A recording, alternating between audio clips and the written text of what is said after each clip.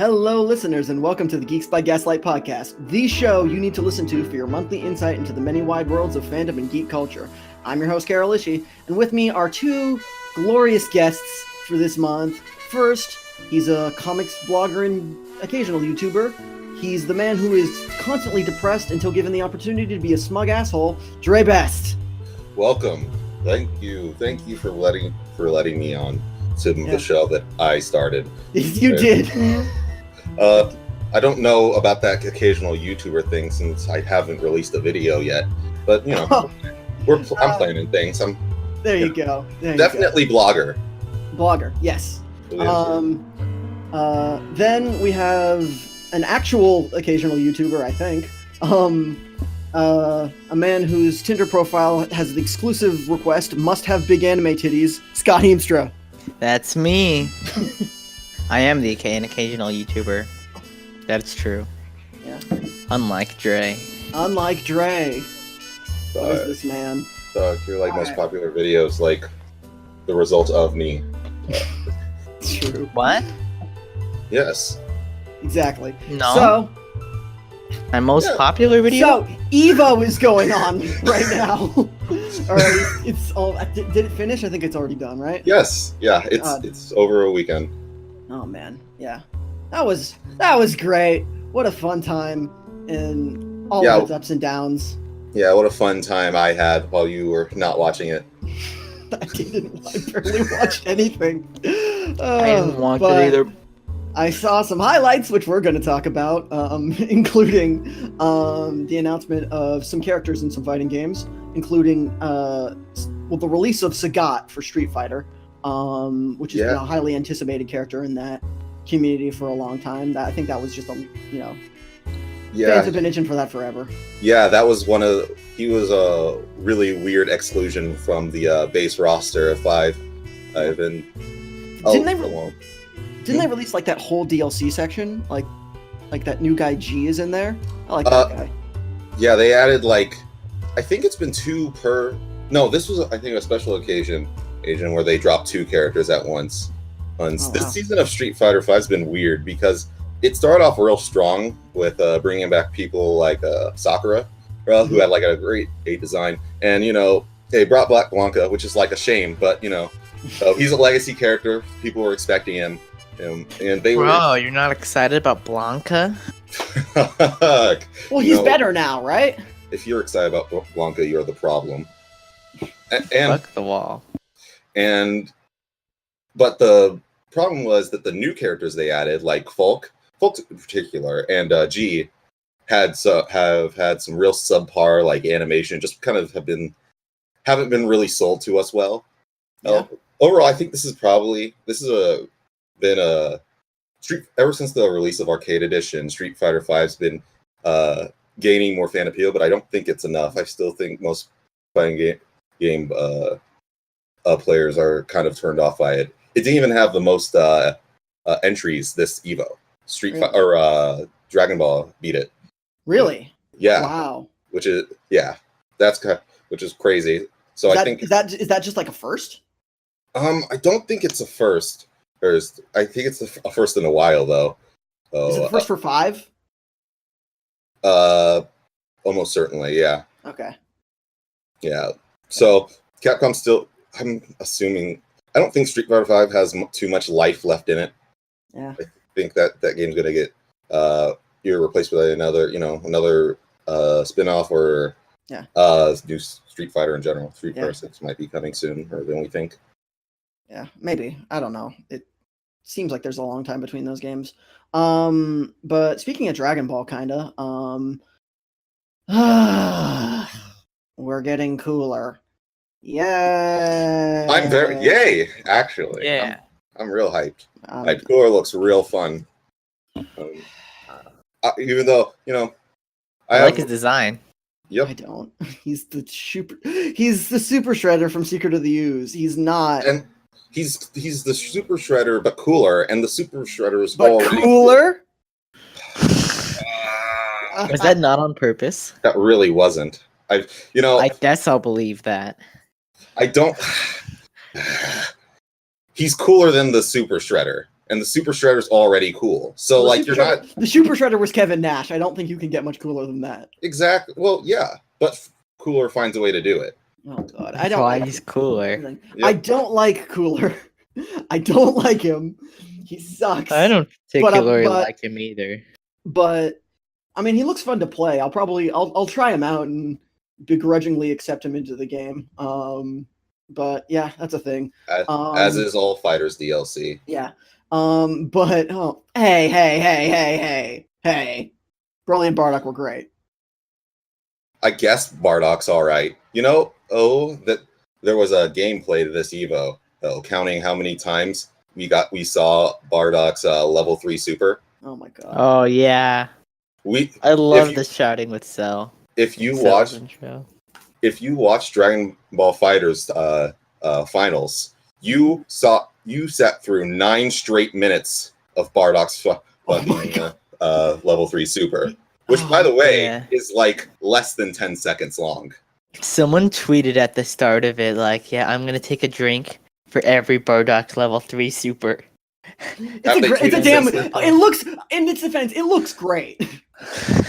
Not after the 53rd time. I know I saw it over 53 times because the stream was counting. At least people had some fun with it, unlike with Smash. But well, we'll get to Smash. that. We'll get to Smash in a bit. But first, another new character announcement is a guest character. Oh, boy. Jesus Christ, who saw this coming except that one guy on Twitter? Negan from The Walking Dead is coming to Tekken. Little pig. Negan. I guess this is the Walking Dead character to pick. I suppose. Yeah, I mean, this is so weird.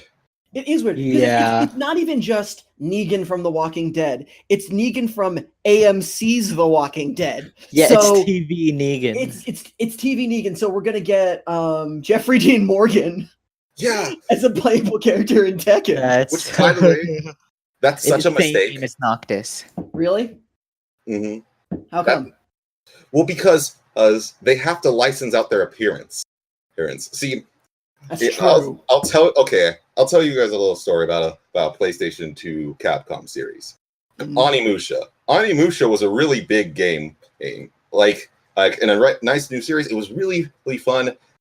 You'll never see it released again because all the characters in it are Japanese actors, and they have their exact faces. So, if anyone, in 20 years from now, if anyone wants to release Tekken 7 again, either they're not going to release it, or if they do, you can bet Negan's not going to be in it because they'll have to license his face again. Yeah. Maybe there's something written into the contract. Or maybe they can just change the face. Because I mean, Bruce Lee's in those games too, and he's dead. Yeah, but that's it's not actually they went out and sought Bruce Lee's estate and got license to use his face. It's a Bruce Lee homage. Well, then next time they could make it a fucking homage. Negan homage? Not a Jeffrey Dean Morgan homage. But whatever. That's wild. Oh, same thing going for Death Stranding. Mistake there too. Oh, fuck. Oh yeah. I guess those are actors. Does anyone know? Does anyone know the main character of Death Stranding's name? I don't. It's Norman Reedus. Yeah, it's Norman Reedus. Exactly. But I guess this is cool. Tekken's just wait. Do you give main characters names if they're a fetus? What? Exactly. You give fetuses. People give fetuses names, man. I suppose. What? I don't know why being a fetus would deny you a name. I don't know. Feety? Feety? Or like Craig, maybe? Craig's a good one. Craig's a great name. Craig's the perfect name. Shout out to Craig. Shout out to all the Craigs of the world. But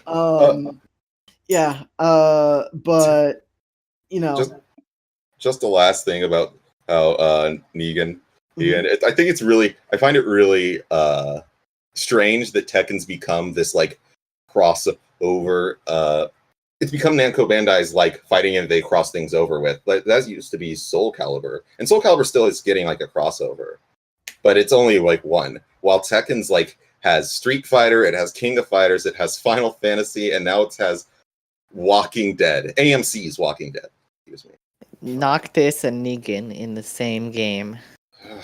That's Negan cool. and versus Akuma. That's funny. I don't know. I'm on board with it. But something that was really controversial at Evo was the entire presence. Not really a guest because she's Nintendo. Spoilers. It's Bayonetta and Smash Brothers. The whole shit show that was Smash 4 at Evo. Oh my god. Like, where do you even start with some shit like this? Well, so basically, Smash Bayonetta has been controversial in the Smash 4 community for a while. People have been talking about like banning her because she's the only S tier character right now. The only S. They created an SS tier. Oh yeah, and Wait. in so the finals of Smash being 3 Bayonettas. That's bullshit. I guess. It kind of, to me, it's funny, if anything. I don't think people should be really that angry about it. No, I mean, they shouldn't be as angry as they got. Walking out's really fucking like disrespectful, I feel. Okay, yeah, but it wasn't just that made them, it wasn't sales that made them walk out. It was the players that acted, the players were fucking, they were being extremely unprofessional. Were they? They were taunting and stalling in the match. There was also one of the players accidentally killed themselves in the match, and the other did the bro suicide where he intentionally killed himself to even up the score in a professional match at the biggest in the finals of the biggest tournament of Smash in the year. Like, that's not competitive. Like, that's not being a competitive athlete. Yeah, but it's also so like while Evo has become this very professional like fighting game like tournament, and it's also a convention, and it has its roots in kind of just having fun while playing fighting games. So while it's like most people wouldn't do that, I wouldn't say it's really against like the Evo spirit. It's not about the Evo spirit. It's about respect for the game and respect for the level of play that you're at, and understanding that there are people who have, yes, people are being assholes, but there were people in that building who paid to be there. Yeah. You don't phone in a match like that at the highest level. I find that to be poor sportsmanship, honestly. On account of both of the players, and they shouldn't.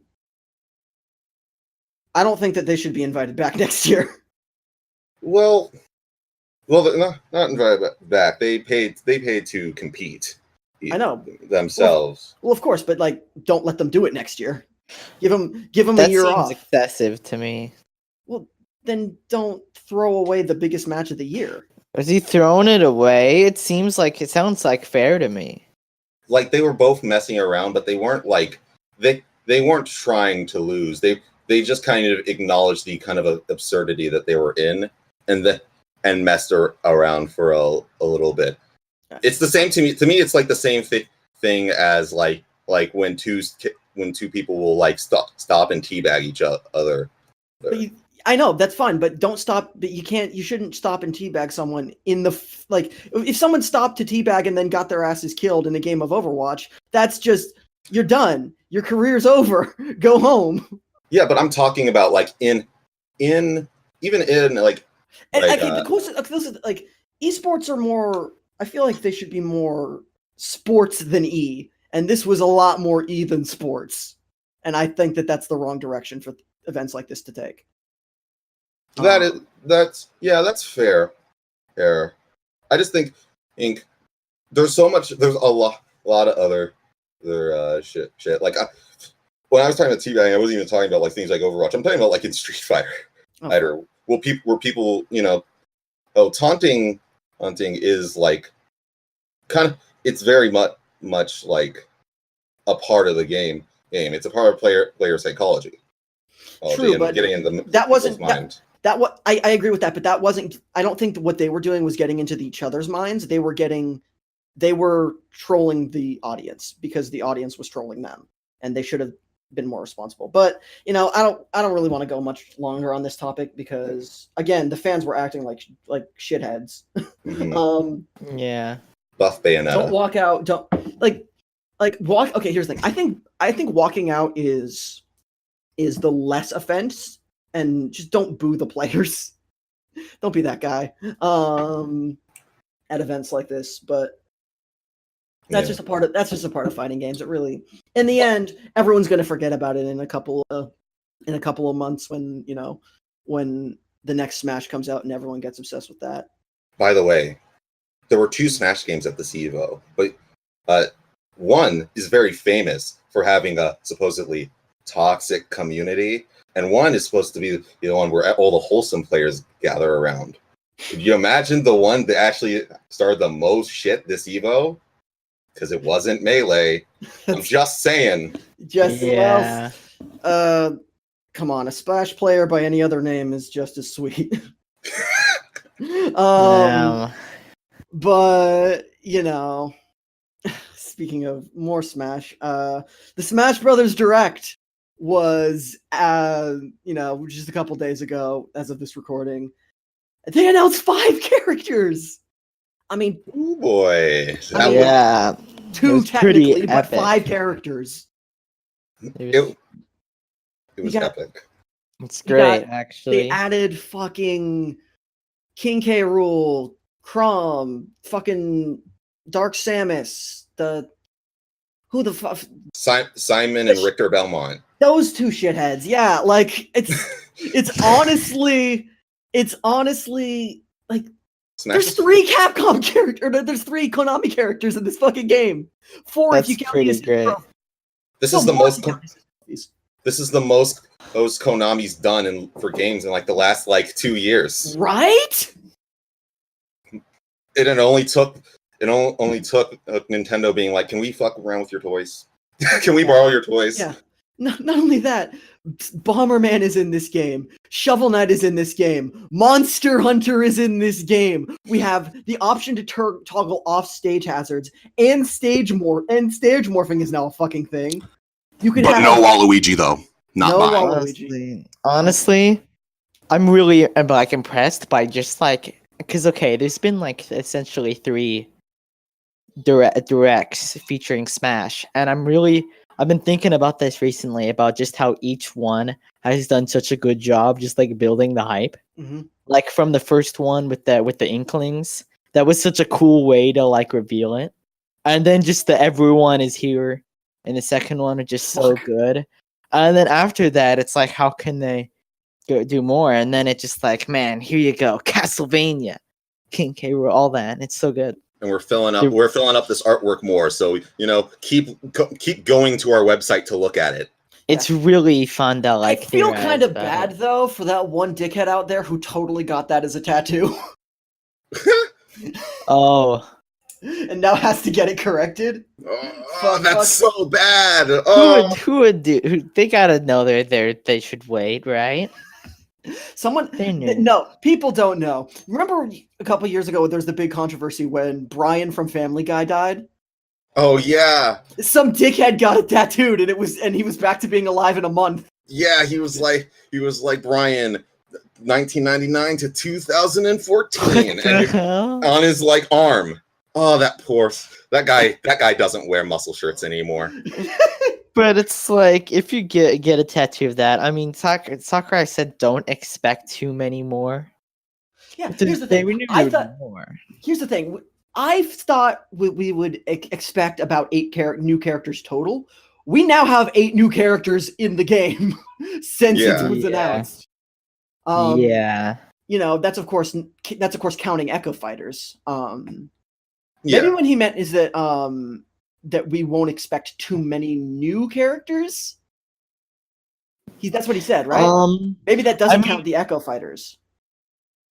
I think he wanted to keep our expectations reasonable. But then Sakurai is like that he parent. Fucking failed because he's like, look at all the shit he did.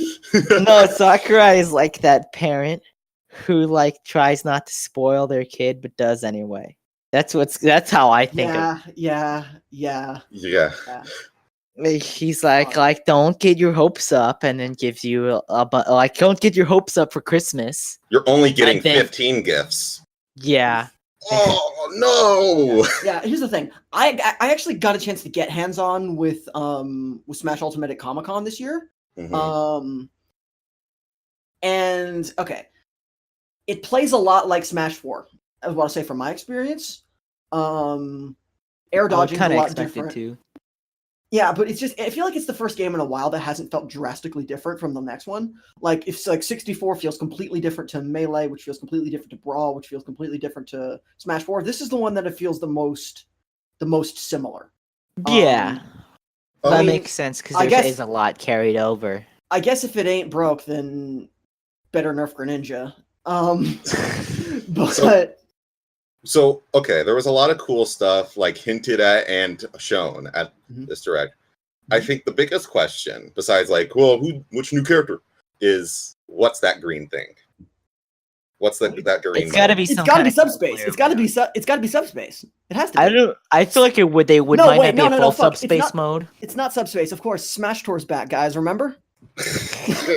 Getting Smash Tour 2, Electric Boogaloo. I think it is going to be some sort of single player mode. I'm not expecting. I would be very surprised if it was something to the extent of subspace. I'd be super hyped if it was, but that's just like kind of a lot. This is so much. He calls this Super Smash Brothers Ultimate, and he wants this to be. I think this was probably Sakurai's last Smash. Yeah. He wants to make the ultimate version of his Smash Brothers. And I don't see that existing without subspace, or like a subspace type mode. I think he's got like the reason he didn't put it in the last one was because people made YouTube videos of it. Yeah, even though that's fucking dumb. That's such a bad excuse. But I could see subspace, but I'd be very surprised if all the characters in this roster showed up in like cutscenes. Yeah, that seems like because the roster is so big. I'm expecting it. I would be surprised if there wasn't some. Maybe I would say maybe not to the extent of subspace, but I think it will. I think they've had a lot of time to work on it. It doesn't feel like that, but apparently they've been throwing this idea around since about a year after the last Smash 4 patch. But I think it's I think this is good. I think this has just been it's a really solid game. Gameplay wise, I think all the tweaks are good, and we still don't even know. There's still so much more to come. I'm really excited. But I mentioned that I got a chance to play this game at Comic-Con, which is great because I was at Comic-Con. Holy shit, it was great. Whoa, it's cool. Yeah, that is cool. Yeah, I got to go in for the first time this year, which is really great. So much shit happened there. We got trailers. First of all, too many trailers for us to have time to talk about everything. But you got, you Godzilla's. You got your announcement of Buffy the Vampire Slayer. You got so much other shit. Glass is happening for all the people who care. Yeah. But, I think some of the big ones first. Let's talk about Dragon Ball, because that's what I'm really, really excited for. Oh my god, I can't wait for this fucking movie. Dragon Ball Super Broly got its Comic-Con trailer, and it looks good. It does look pretty nice. I'm pretty excited too, actually. As I turn down the volume for Carol, I will say, hey, I am also pretty excited for it. Seems like a good time. I'm really more excited to just look at this movie than anything that's going to like occur in it. I know. It just looks so nice from an animation standpoint. From an animation standpoint, it's fucking breathtaking. Yeah. This is the thing that pissed people off most about Dragon Ball. Okay.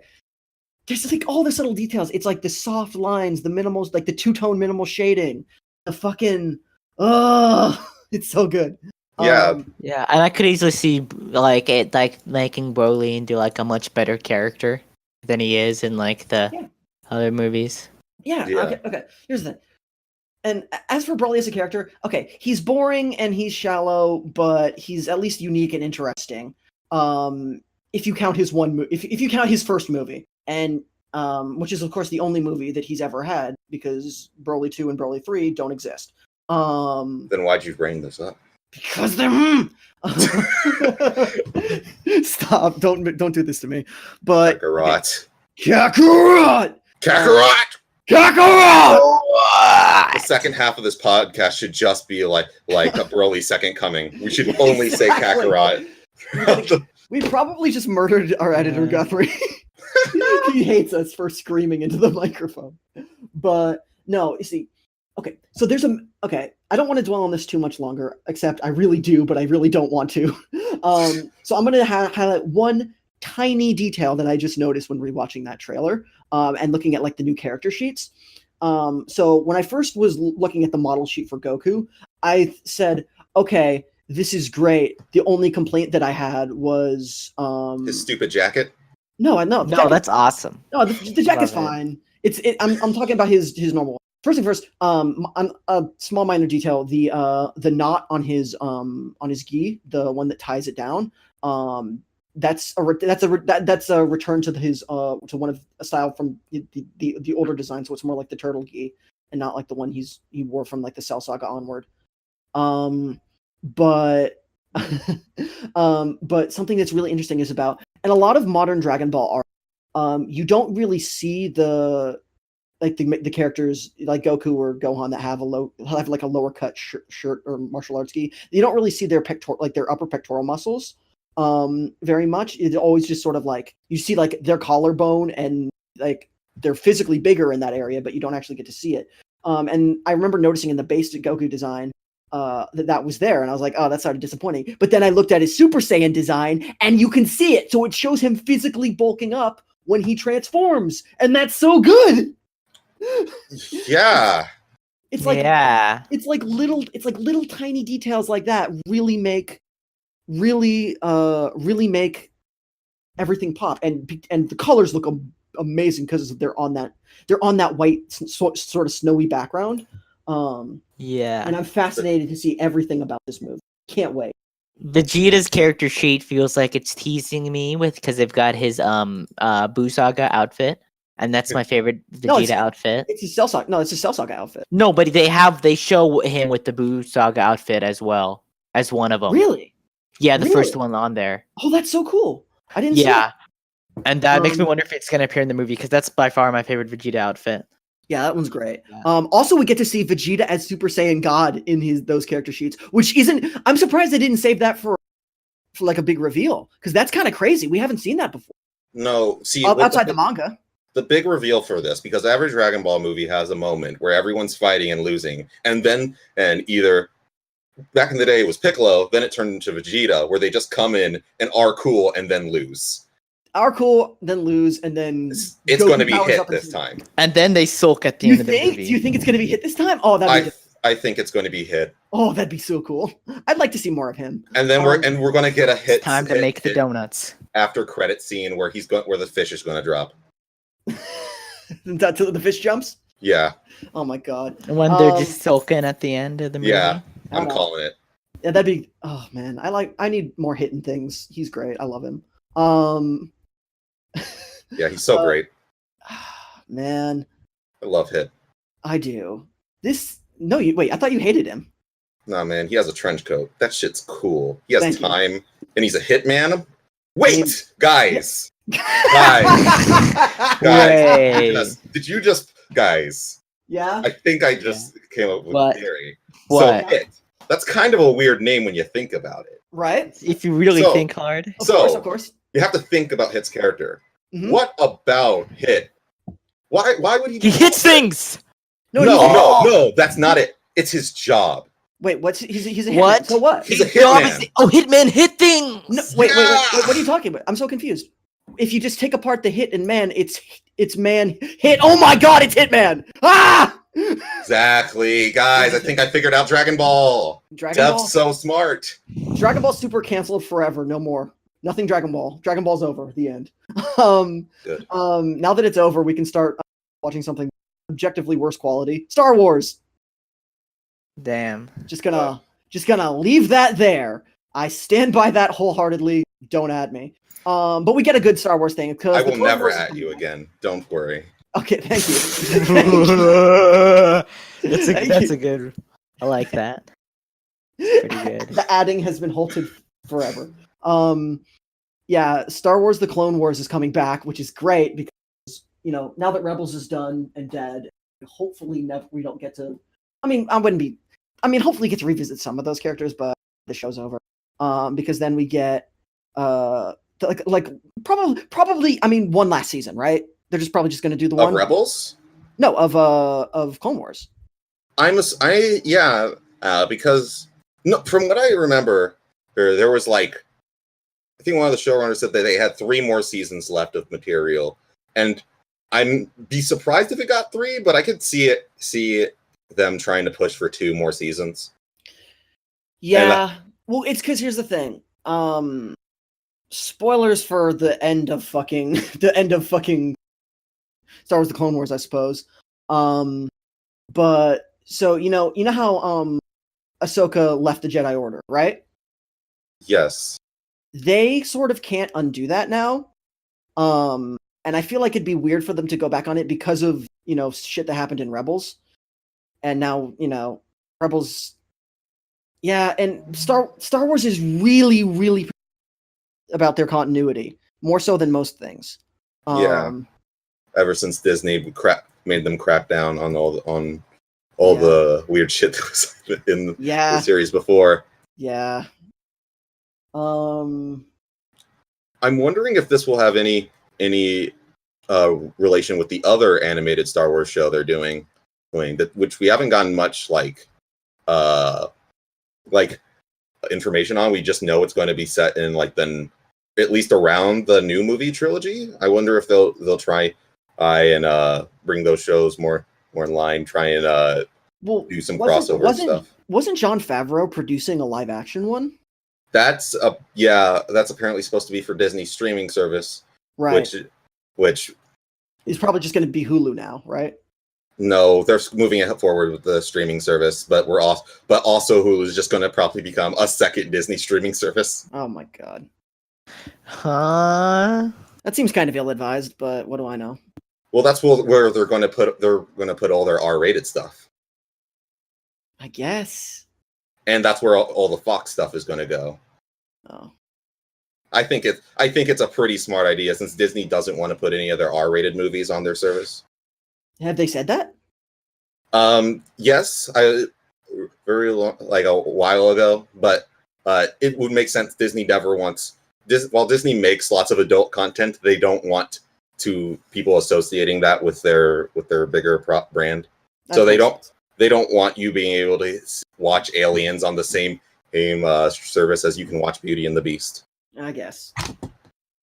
But yeah, Clone Wars looks cool. It does look cool. Hopefully I don't really know anything about it. Hopefully they keep the older designs and don't sort of because things did change stylistically from Clone Wars to Rebels, and I hope they stick with the older Clone Wars designs because I feel like those were stronger. But moving on to that, DC had some trailers. It definitely did. Oh my god! If you could say anything about DC this Comic-Con, they certainly had trailers. What? No. Save it for later. We'll get to fuck Batman eventually. But first, let's talk about something good. Shazam looks great. Yeah. Looks fun. I had a weird relationship with this trailer. Mm-hmm. Because I like Shazam. I like Shazam up to a certain point. And that's when they try and make him edgy, which is what I was expecting. Because Shazam's changed a lot in the last couple years. Like his name. But and they changed his origin recently to where he was always an orphan, but his attitude towards that changed, where he was like optimistic, and that's what made him special. In the comics, they made him like an asshole, and then he had to find positivity, and that was the thing, and it was real obnoxious. No. So when this trailer starts, and I see Billy Batson, does he run away from school or something? He's being mischievous. I was real I was already writing a tweet, actually. and then halfway through the trailer, it seems like it's going to kind of go in a horror route where that kid's don't worry, they do bad stuff to us here in this house. And then it just fucking cracks a joke, and I was like, man, this this is like a DC trailer joke, and it didn't feel forced or I thought she was with you. I thought she was with you. Are we some kind of? I guess that wasn't a joke, but it felt like one. Sure felt like a joke. But yeah, everything about this movie, it just feels it's so refreshing. Do you bleed? I guess that wasn't a joke either. Damn. Also, weird that they chose Kendrick Lamar's biggest new single to be the music for this. Oh, what? It was really weird watching Shazam and kind of vibing around with it, and then me saying the N-word where it would have been. It's a real weird experience. Oh, are you kidding? He's the next Black Panther. But yeah. This movie just looks so goddamn refreshing. I hope this is, and since DC seems to be wanting to move in this direction more, I'm real excited by it. What do you guys think?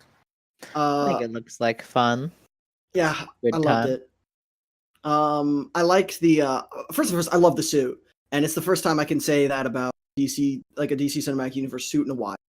Yeah, Wonder Woman's all right. Wonder Woman's is okay. I like it. I like it.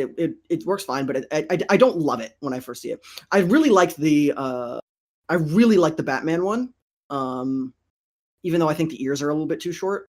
I did until I saw it in motion. I guess that's fair. No, I mean the one from I guess the one I don't like the one from Justice League, but sometimes I forget that movie happened. That's good. I was just thinking about how I watched that movie a couple days ago, and I was it kept shocking me. I was I watched that movie. Yeah, right. I watched that movie. Air quotes around movie. Y'all remember what Kansas looks like? I guess it looks like Mars. Remember when the Flash drew a mustache on that guy's face? That movie was in Kansas? I remember that part.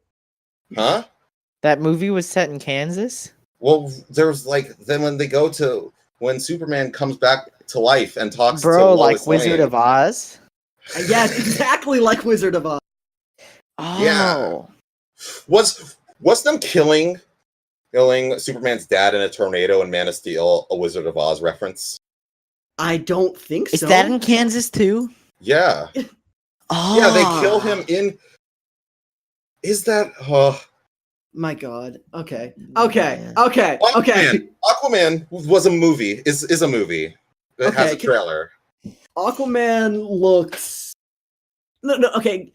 Aquaman brackets the movie looks pretty good. It looks pretty alright, I'd say. Yeah. Aside from Aquaman himself. Aquaman underlined, not so much. Yeah. Here's the thing. I still think that design is good.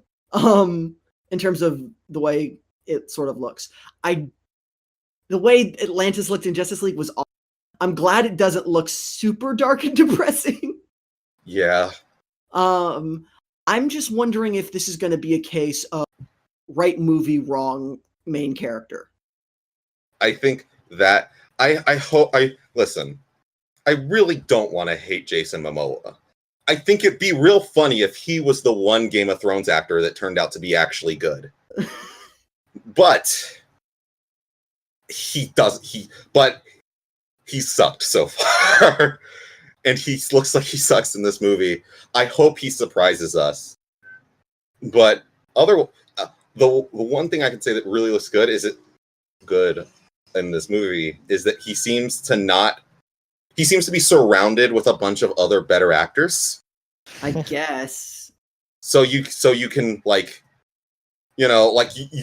there won't be large swaths of time where you're just stuck with a intensely unlikable main character. Yeah, I guess Willem Dafoe's an actor.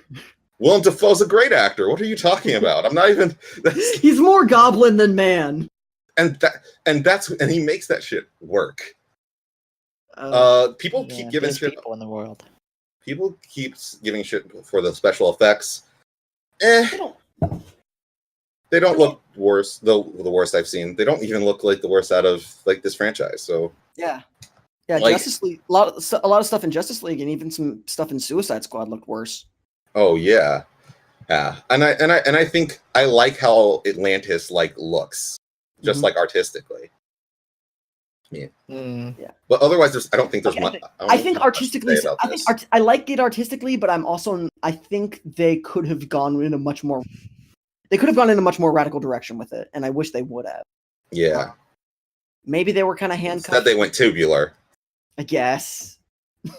I think the movie looks like I didn't mean radical as in super dude. I meant radical as in much more extreme and different. I'm definitely not as optimistic about this movie as with Shazam, but it looks like it could be good. Yeah. Could be bad too, still. Definitely. Yeah, God. Speaking of a lack of optimism, fuck Batman, am I right? Oh, I'm so happy we get to talk about this. Fuck Batman. So, who wants? I've been trying to tell you. Is there anything else we need to say? Are we done? Yeah, I have something to say. This trailer made me so mad, actually. Yeah, it made it. I think it pissed me off too. Not as much as you, but because for the longest time, so we're talking about Titans. Okay. So what this is the first big push for DC's new streaming service, which let me say by itself doesn't look like too bad of a service. I guess you're getting all the comic books from the last 5 years DC's publishing or something like that, all their movies, all their shows. Good deal as far as I'm concerned. All right. This is the entirely wrong foot to start with. Because this show already had an uphill battle because the costumes for this leaked a couple months before this trailer, and I remember defending it because they were behind the scenes, snapped on an iPhone, no pre-production, and people were like, "Oh, they look bad." And I remember getting into some arguments over people. I really went to the mat for this show, and I was real excited to get a trailer, and then they just hit us with a fuck Batman. Yeah, it's sort of unfortunate. And then they got the YouTube stock sound effects in the trailer. They did do that, right? You can get standard blood splats that you can get better ones on After Effects right now. You could actually go and edit in better blood effects into this trailer with the stock shit on After Effects. It's like the opposite of with Shazam, where Shazam looks like exactly what DC needs, and then this is where the problem is. Okay, look, I don't think DC going dark is inherently a bad thing, but at this point, fucking trying too stop. hard. And with with Titans, and it's okay. That's the thing. It's called Titans, but it's not the Titans. It's not. It's the Teen Titans, which is like nitpicky bullshit, I guess. But like, first of all, why do we need this? We have Teen Titans Go, rumored comeback of the Teen Titans of the other Teen Titans cartoon, and Young Justice season 3. That's also one of the first things premiering on this DC service. Well, you could just go back to Teen Titans Go if it's too mature for you. Oh. Fuck. It's really funny that the Teen Titans Go movie. It's so immature. It's such an immature trailer. Fuck that, man. It's actually going for like the most immature, bitchiest point of Dick Grayson's life. Also, we're gonna. There's so much that's wrong with this. There's a character in here, Dove. Her entire thing is that she's a part of a duo, Hawk and Dove. Hawk is the embodiment of war. He is the aggressive one. Dove is the embodiment of peace. She's a pacifist. She slices a dude's like leg off. Yeah, in this trailer. She violently slashes with her like razor through a guy's calf muscle. Yeah. Okay, it's not even just the edge. It doesn't. If it was edgy, whatever. I guess I don't. It's like it's cringy. But it just looks like a bad show too. Yeah. None of the dialogue was good, but all of it seemed really, really fucking like. It really reminded me of like a Buffy ripoff. Like it reminded me of like something that I would watch in 2003. Exactly. Yeah. The Room came out in 2003. It certainly did. Didn't Spider-Man 2 come out? No, that was 2004. No, I don't know. Also, if you're interested in like if you want to know more about what I think about Titans and how to fix it, I wrote a whole blog post on it, and I'll hope that Carol links it below. I very much will. Yeah, I give my own like special like pitch for it. Right, this is starting off a new universe. Yeah. Red Hood's going to show up in it. Is he?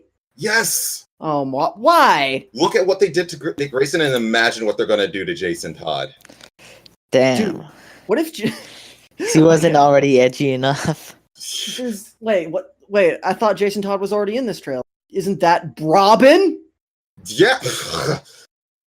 The only way that you know what would be great if it turned out that it was actually Jason Todd pretending to be Dick Grayson this whole time. That seems like it would make more sense. It would make more sense, but at that point, I'm like, just why? The Doom Patrol are supposed to be in it, and they're supposed to be kind of like the weird, like not gritty, but like kind of fucked up Teen Titans. That's going to tie into Beast Boy, right? Yeah, it'd be really funny if they course corrected and made Doom Patrol the more happy series. That'd be funny. That'd be funny. But whatever. Guess DC has their answer to Daredevil in every way, and everything that implies. No, it's not an answer to Daredevil. Daredevil, like fuck stick. Fuck stick. But actually, fuck stick. You kinda. Fuck stick was kind of a fuck stick, honestly. I was just thinking that makes for a pretty good insult. It is. That is a fuck stick. Yeah. All right. From angry news to just something that's sad. Now, I've been asked by one of our producers to make this. We don't have producers. Yes, we do. Yeah, that makes us. I was going to say that makes us sound a lot more big budget. Our budget is the fucking ham sandwich, but that doesn't matter. I've been asked by one of our. Yes, Ronnie's job is a producer. That's what he's called. We were asked by one of our producers to not make this super political, but that's going to be hard considering that we're about to talk the firing of James Gunn from Guardians of the Galaxy Volume 3. Yeah. all the implications that go. Disney sure does know how to fire a gun. Am I right? We're God. So, how have I not heard that joke yet? I don't know. Actually, this is certainly one of the most reasonable stupid things I've seen a company do in a while. No. Like this entire strategy.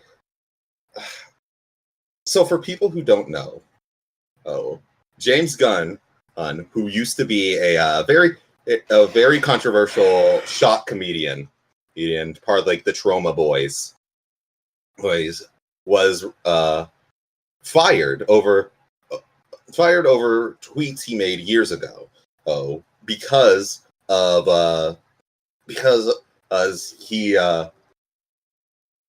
he's critical of the current administration. Donald, the J stands for Genius Trump. Yep, and some of the people at Breitbart, is it? Yeah, that's Alex. No, that's no. InfoWars. No, it's not. It wasn't InfoWars.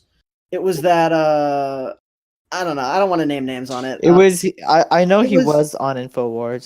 He's been on InfoWars, but yeah, Pizzagate guy. Yeah, he was a him person. Mike Cernovich. Yeah. Fuck.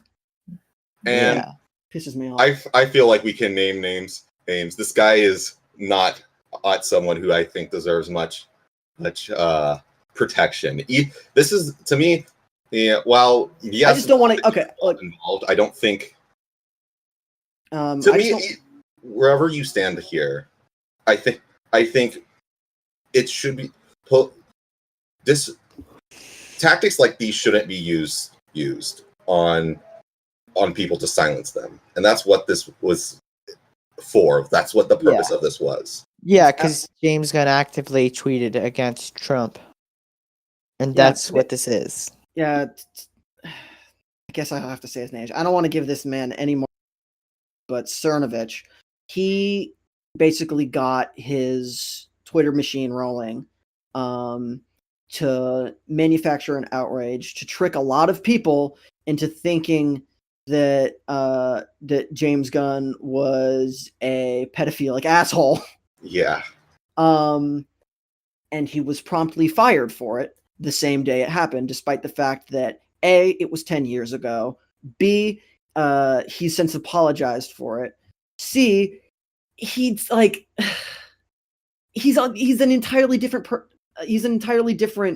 person, both in, by accounts of everyone who knows him and by the content that he creates. So I think it's a moot point saying you can't make jokes like this when he hasn't made a joke like this in years. And he also apologized it, not even now, but like 6 years ago. He apologized it. He apologized 6 years ago, and he's still apologizing now. It's not even it's not even a case of like it came up and then he apologized. He already apologized years ago. It's over. It's the past. It's not. It feels really fucked up, especially considering like what the Guardians movies are about. Right. Which is about bad people trying to find redemption. It's just like, and to immediately cave to this fake outrage, to not watch how the public would react, especially when you're still hiring Johnny Depp, when you're still employing somebody who we have video evidence is a wife beater. It's like, it's infuriating. When I first heard about this, Johnny Depp appeared in costume on stage at a Disney booked event. It wasn't Disney booked event. No, it wasn't Disney booked, but he appeared at a booked event at Comic-Con on stage in character, and the same 48-hour time span that James Gunn was fired. Over shit he did a decade ago. Despite the fact that this is shit that Johnny Depp continues to do. Yeah. It's it's incredibly unfair. It's a weird choice. To me, this doesn't feel like Disney. Disney to me, it feels exactly like Disney. Because Disney has a corporate policy that it doesn't matter who you are, it doesn't matter what you did, even if it's not your fault, you're taking the fall for this. Everyone, nothing can harm the quote unquote Disney brand. That is true, but what I meant by that is the immediacy of it. Disney doesn't make the moves this big usually this fast. This was too immediate, and I think, even if you wanted, like, if they saw the actual outrage, Fire Him would have been obviously like a bad move. Right. If they just waited 48 more hours, they could have just said James Gunn is under suspension, and then he'd be how can he be suspended for a directing job that's not filming? I'm just saying some kind of just slap him on the wrist a bit. Yeah, a slap on the wrist is a punishment that he'd be over within 3 months, and then you move on and you wait for this outrage to die out, and then you have him go on tours for charities and such. I think one of the most interesting facets of this case was the reaction of the cast, because the entire maybe not the whole, but the leading build, all the Guardians themselves, from the last movie, from Volume 2, signed a petition, not really a petition. They signed an open letter to Disney, asking for Gunn to be reinstated. And on top of that, the most vocal of these of the actors has definitely been Dave Bautista. Definitely been Bautista, yeah. Yeah. He's threatening to quit. He don't give no fucks. Yeah, that's kind of in line with Bautista's character. Yeah, I mean, it's possible. It's also because he's just had a really successful, wrestling career, and if he wants, he could just go back and do that and make about the same. Yeah. It's not. He wants to be an actor, but it's not like it's a. He's not starving for acting roles. He'll find something. Yeah. So, here's the thing. I don't. A report actually released maybe yesterday or 2 days ago that said that they're planning to use his script, Gunn's script, anyway. So maybe his influence won't completely dead, but at the same time, it's not the same. It won't be the same. Just here's the thing. I don't even think that they're saying right now. They're publicly saying we're not going to rehire him, and to me, I'm not really trusting that. Well, it's not just the outside public. It's sources inside Disney leaking it out that are saying, yeah, it's not going to happen. See, right now we are kind of, even though the media attention on this is kind of start to dwindle. I don't think Disney. I think Disney's recognized that a mistake's been made, and I'm not expecting them to rehire him this year. I could definitely see it once this story is dead. I could see them bringing him back in a producer role, or something of the sort. Or I could see this story getting touched again next year, or the year after that. Because that's when Guardians is supposed to be releasing. Or I think that post production. They should delay the movie. I know that would be a much bigger undertaking. But I mean, who could you get? They said they're also not. They don't want to go to anyone like the director of Thor Ragnarok, Taika Waititi, which everyone was like, I guess he'd be the best replacement. They said there was reports that they didn't want to go with him and they wanted to go outside. Yeah, Ragnarok sort of had similarities to the Guardians movies. Yeah, At their heart, they're very different. Yeah.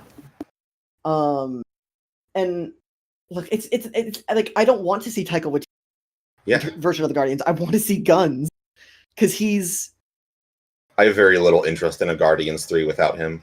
Yeah, I mean, I'll see it, but it'll be one of those things that it's sort of like to a bit to a lesser extent with Edgar Wright on Ant-Man. It's like you kind of wonder what could have been, right? Mm-hmm. Yeah. But I don't know. This makes my blood boil too much. Yeah. I'm definitely watching whatever Gunn's next movie is, though. Yeah. Same. Yeah. Yeah. I want to see what he does next. But speaking of boiling, you can't boil without fire. And oh boy, you guys are about to hear some fire. These are the hottest takes from the best man. We're going to take a quick break, but you're going to enjoy listening to Guthrie's hot takes starting right now. Guthrie, take it away. Coming to you live from his room at 4:45 p.m. PST, it is Guthrie with another round of the hot takes. These ones are nice and spicy, so let's get rolling. Alright. If you're one of those dumbasses who says that a show sucks, anything sucks because of its fans, you have actual worms in your brain. You know? That all being said, not only does the Steven Universe fandom suck, Steven Universe fucking blows, dude. Such a boring show. I watched it for 3 fucking seasons. Nothing happened, it feels like. Jesus Christ. Speaking of shows with bad fandoms, Voltron is boring. Okay? Just saying it. The only really good Netflix animated show is Castlevania. Castlevania is like Kinovania. Okay? BoJack's pretty good, but is losing steam. Castlevania? Pure Kino. You know what sucks, though? You know what sucks? Post Malone. Just blows, dude. Basically, a lot of current pop music fucking blows, and it wasn't like that. Like, 2014 pop smashes. 2015, bangin'. And then 16, 17, 18. It's like whenever I go to a pop station, everyone already knows that it's garbage. They just switch over to the old hits. Like, come on. Fucking Post Malone somehow gets popular in this music hellscape. Dude's music sucks. Alright? Just blows. Not sure what else to say. So, signing off. And a friendly reminder that saying noob is racist. Oh, holy shit. Do you feel that? Because I feel the heat. Goddamn, Guthrie, settle down. That was some pretty hot. Those are pretty hot takes you got there. Yeah, man. Spicy. Yeah. I was burning. Thank God for this melanin. Oh wow. Now it's time to get into blood. Now it's time to get into our favorite segment. Damn it! All my ice cubes. Right? They're all fucked up. It's water everywhere. Damn, I'm melting. Ice Cube, the rapper, he's gone now. But yeah, we're gonna get into our favorites. This is him now. Feel old yet? Recommendations. Fuck. I think I'll start. And I'm gonna do a little bit of an interesting one because normally on this segment, pick and choose something that you really enjoy. Oh. I'm picking something I didn't. I'm gonna go with a movie that is near and dear to nobody's heart. It's on Netflix right now, so you can go see it. It's called How It Ends. Spoiler, you don't find out how it ends. It's such damn. This is the type of movie. Okay, here's the thing. It's like a apocalypse type deal where it's just like how do people react to the end of the world? But it's done in like the most. What kind of apocalypse we're dealing with? You don't know until the end. Oh, okay. Okay. So, oh my god. So that's one of the things that's really infuriating about this movie. First things first. It feels like someone found movie.png, threw it into a blender, added some lens flares, and this is what came. So the movie starts off, and you meet the protagonist, which is a guy named Will. Now, Will is played by, I don't even know his name. The actor, fuck this guy, looks actually like, you ever see those fancy car commercials for like the ones that's got like the nice guys and for like the men's cologne ones that like, they always look like fucking male models. Yeah. Because they are. That's what this guy actually looks like. He doesn't look like a man. He looks like chiseled mannequin. And he's got about the same acting range. Oof. You couldn't get one solid emotion out of this poor fucker. And he was acting against Whitaker. So that should tell you something. Jesus. All right, so this loser is going off, he's married to, or no, he's not married. He's dating Forrest Whitaker's daughter. And he went to go, basically, Forrest Whitaker doesn't like him because he's not successful, despite the fact that he's a lawyer and is working at a successful law firm. But he doesn't see him as successful because he's not a millionaire already. That's Forrest Whitaker. He's a total douche. Oh.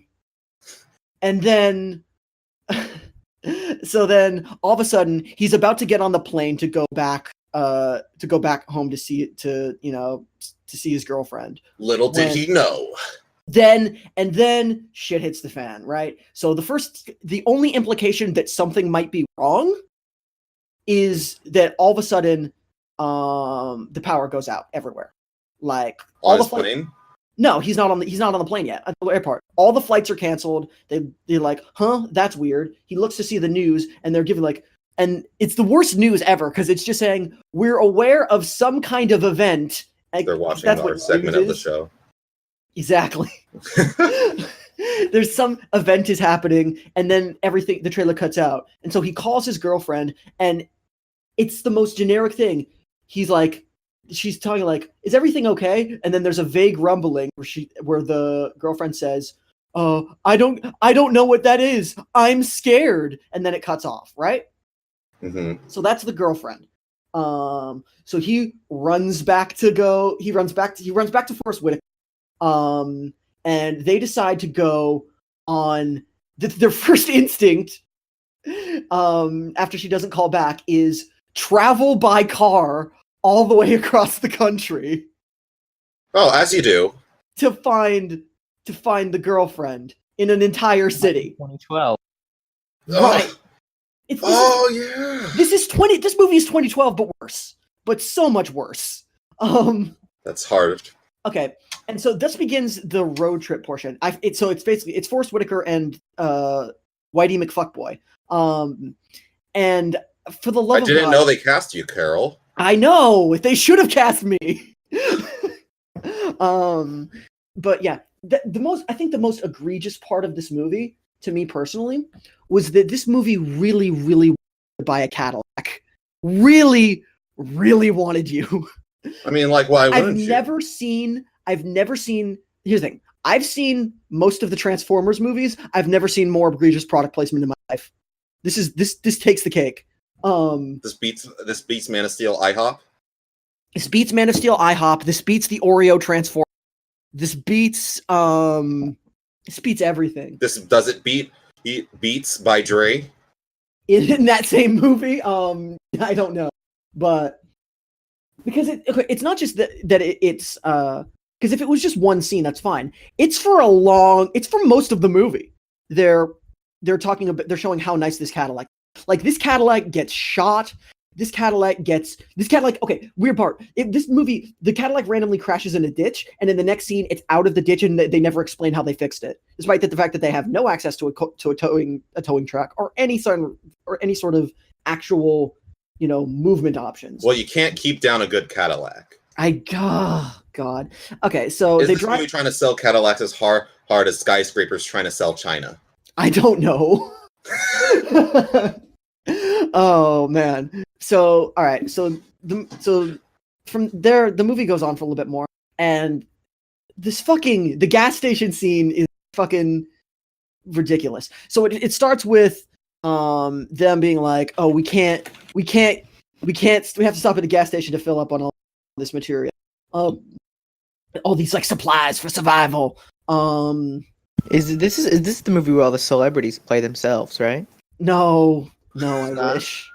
I wish. You sure? Because there's also a movie called This Is the End. That's like no. That's This Is the End. The movie's called How It Ends. Oh, okay.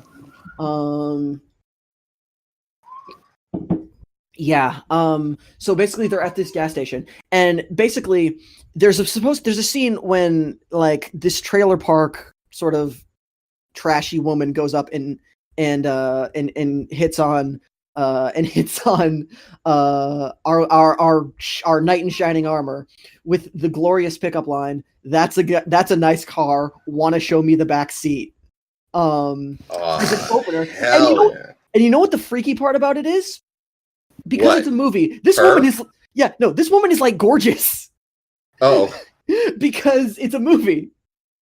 And he's visibly disgusted. Maybe he was just like no, I can't. The back of my car is very, very fucking gross. Oh, yeah. So there's a bunch of ligma there. I guess. No, but he's like, no. And so then the woman goes, oh, hey, this guy called me a slut. And then Thing 1 and Thing 2 show from Cat in the Hat. I wish! These fuckers are like the most generic, like, it's like this, what, you want to call her a slut? And one of them is actually just conveniently holding a pipe. And they appear out of nowhere. So these are like anime bullies where it's like if you bump into them on the road, they're like, "Are you challenging my manliness?" Yes, exactly like that. And they have they have the same lopsided face. So yeah, he's basically the two anime bullies show up, and Forrest Whitaker scares them off with a gun in his. Gun is his eye. I wish. Then the movie proceeds. Okay, and then Forrest Whitaker. Somehow, the most believable part of the movie is when Forrest Whitaker, after talking to an army person for 5 seconds, convinced them to go against protocol and let them into a dangerous zone that's closed to the public because he has a daughter. It was so stupid.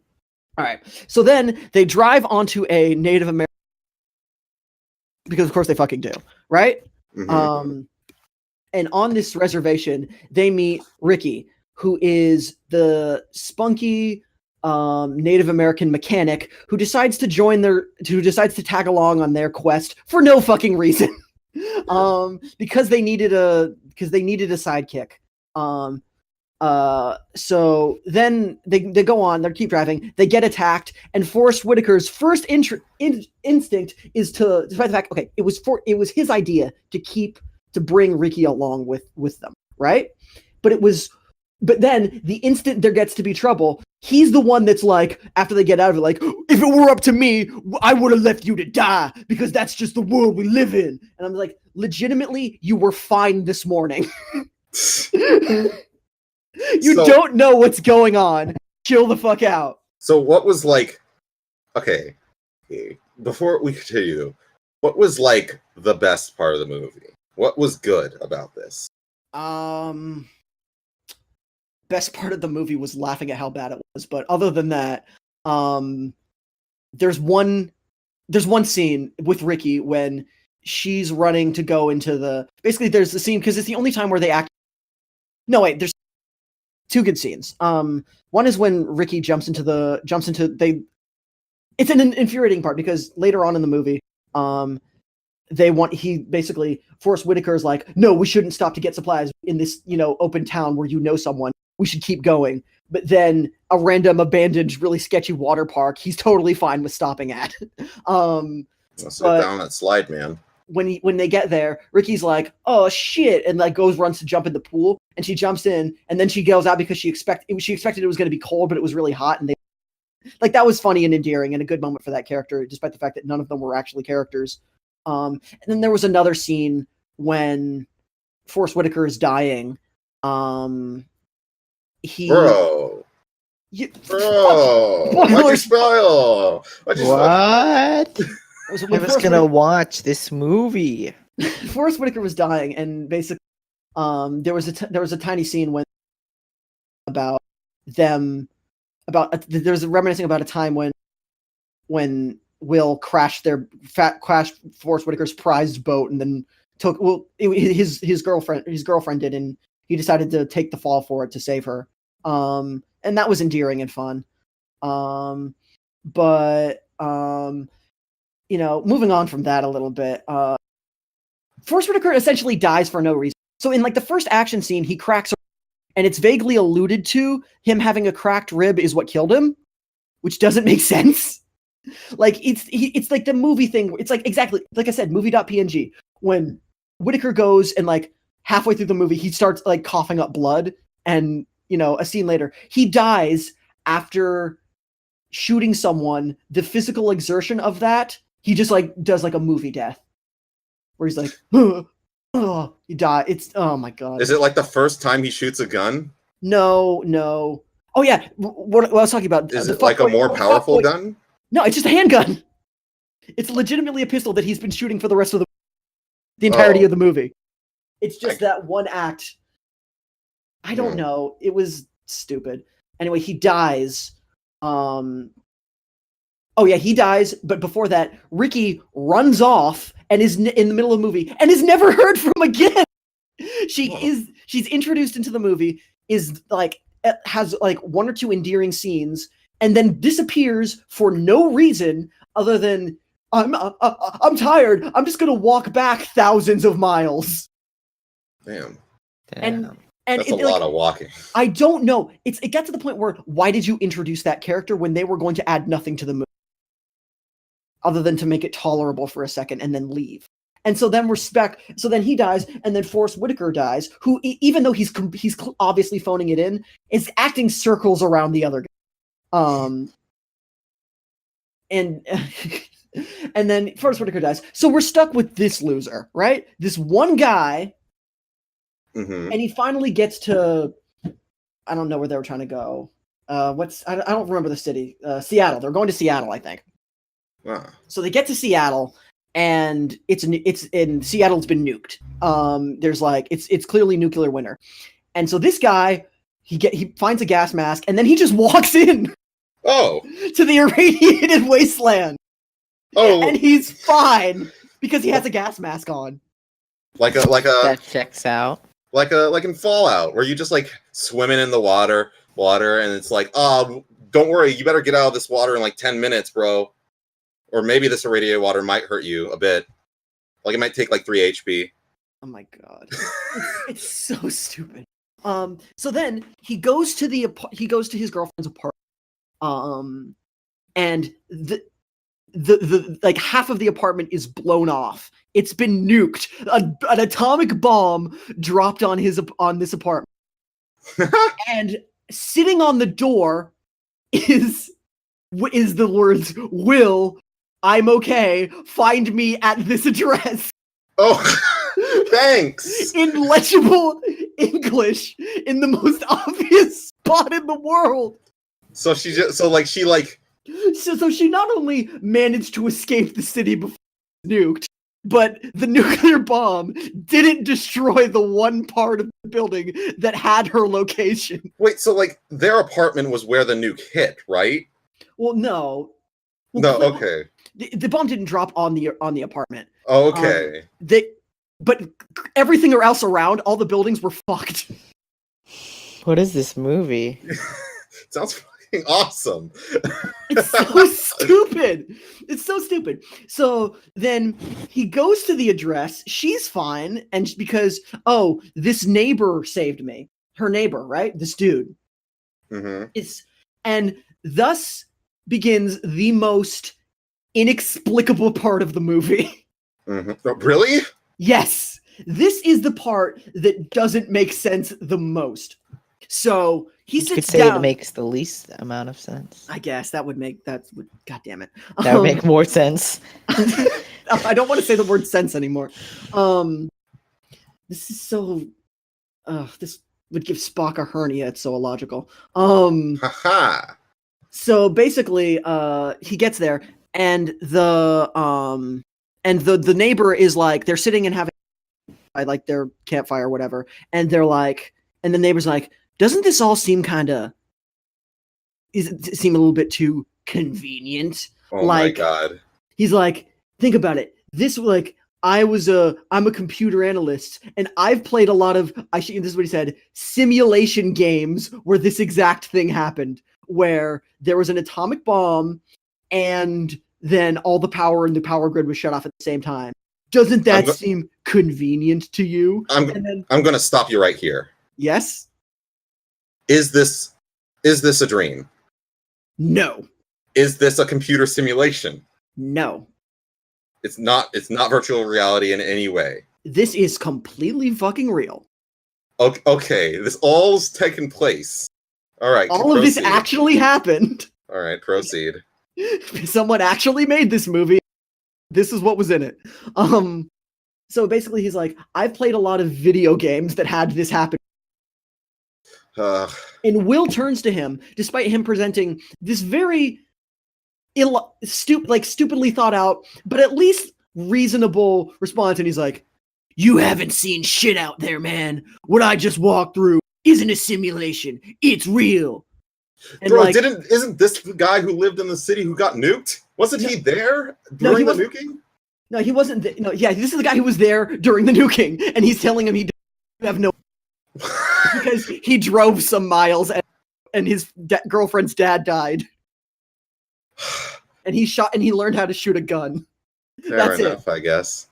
Yeah. Oh yeah. Side note: the first scene where he shoots a gun, he's a lawyer. He doesn't know how to use.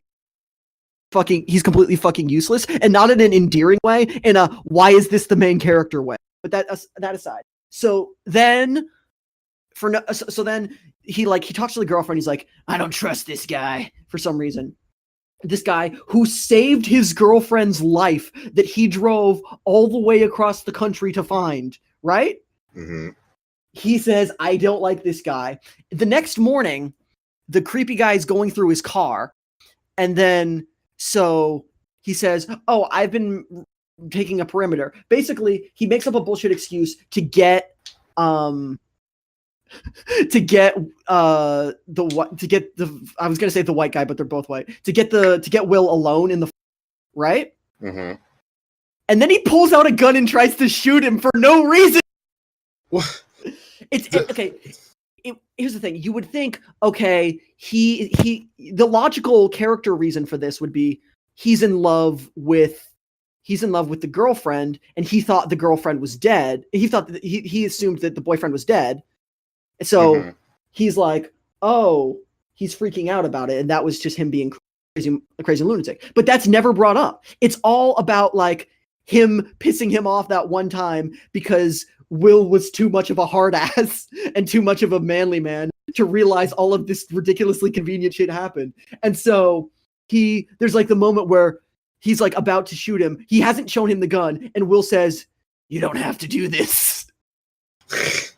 And he says, yeah, I do. And he pulls out his gun, and then Will just shoots him.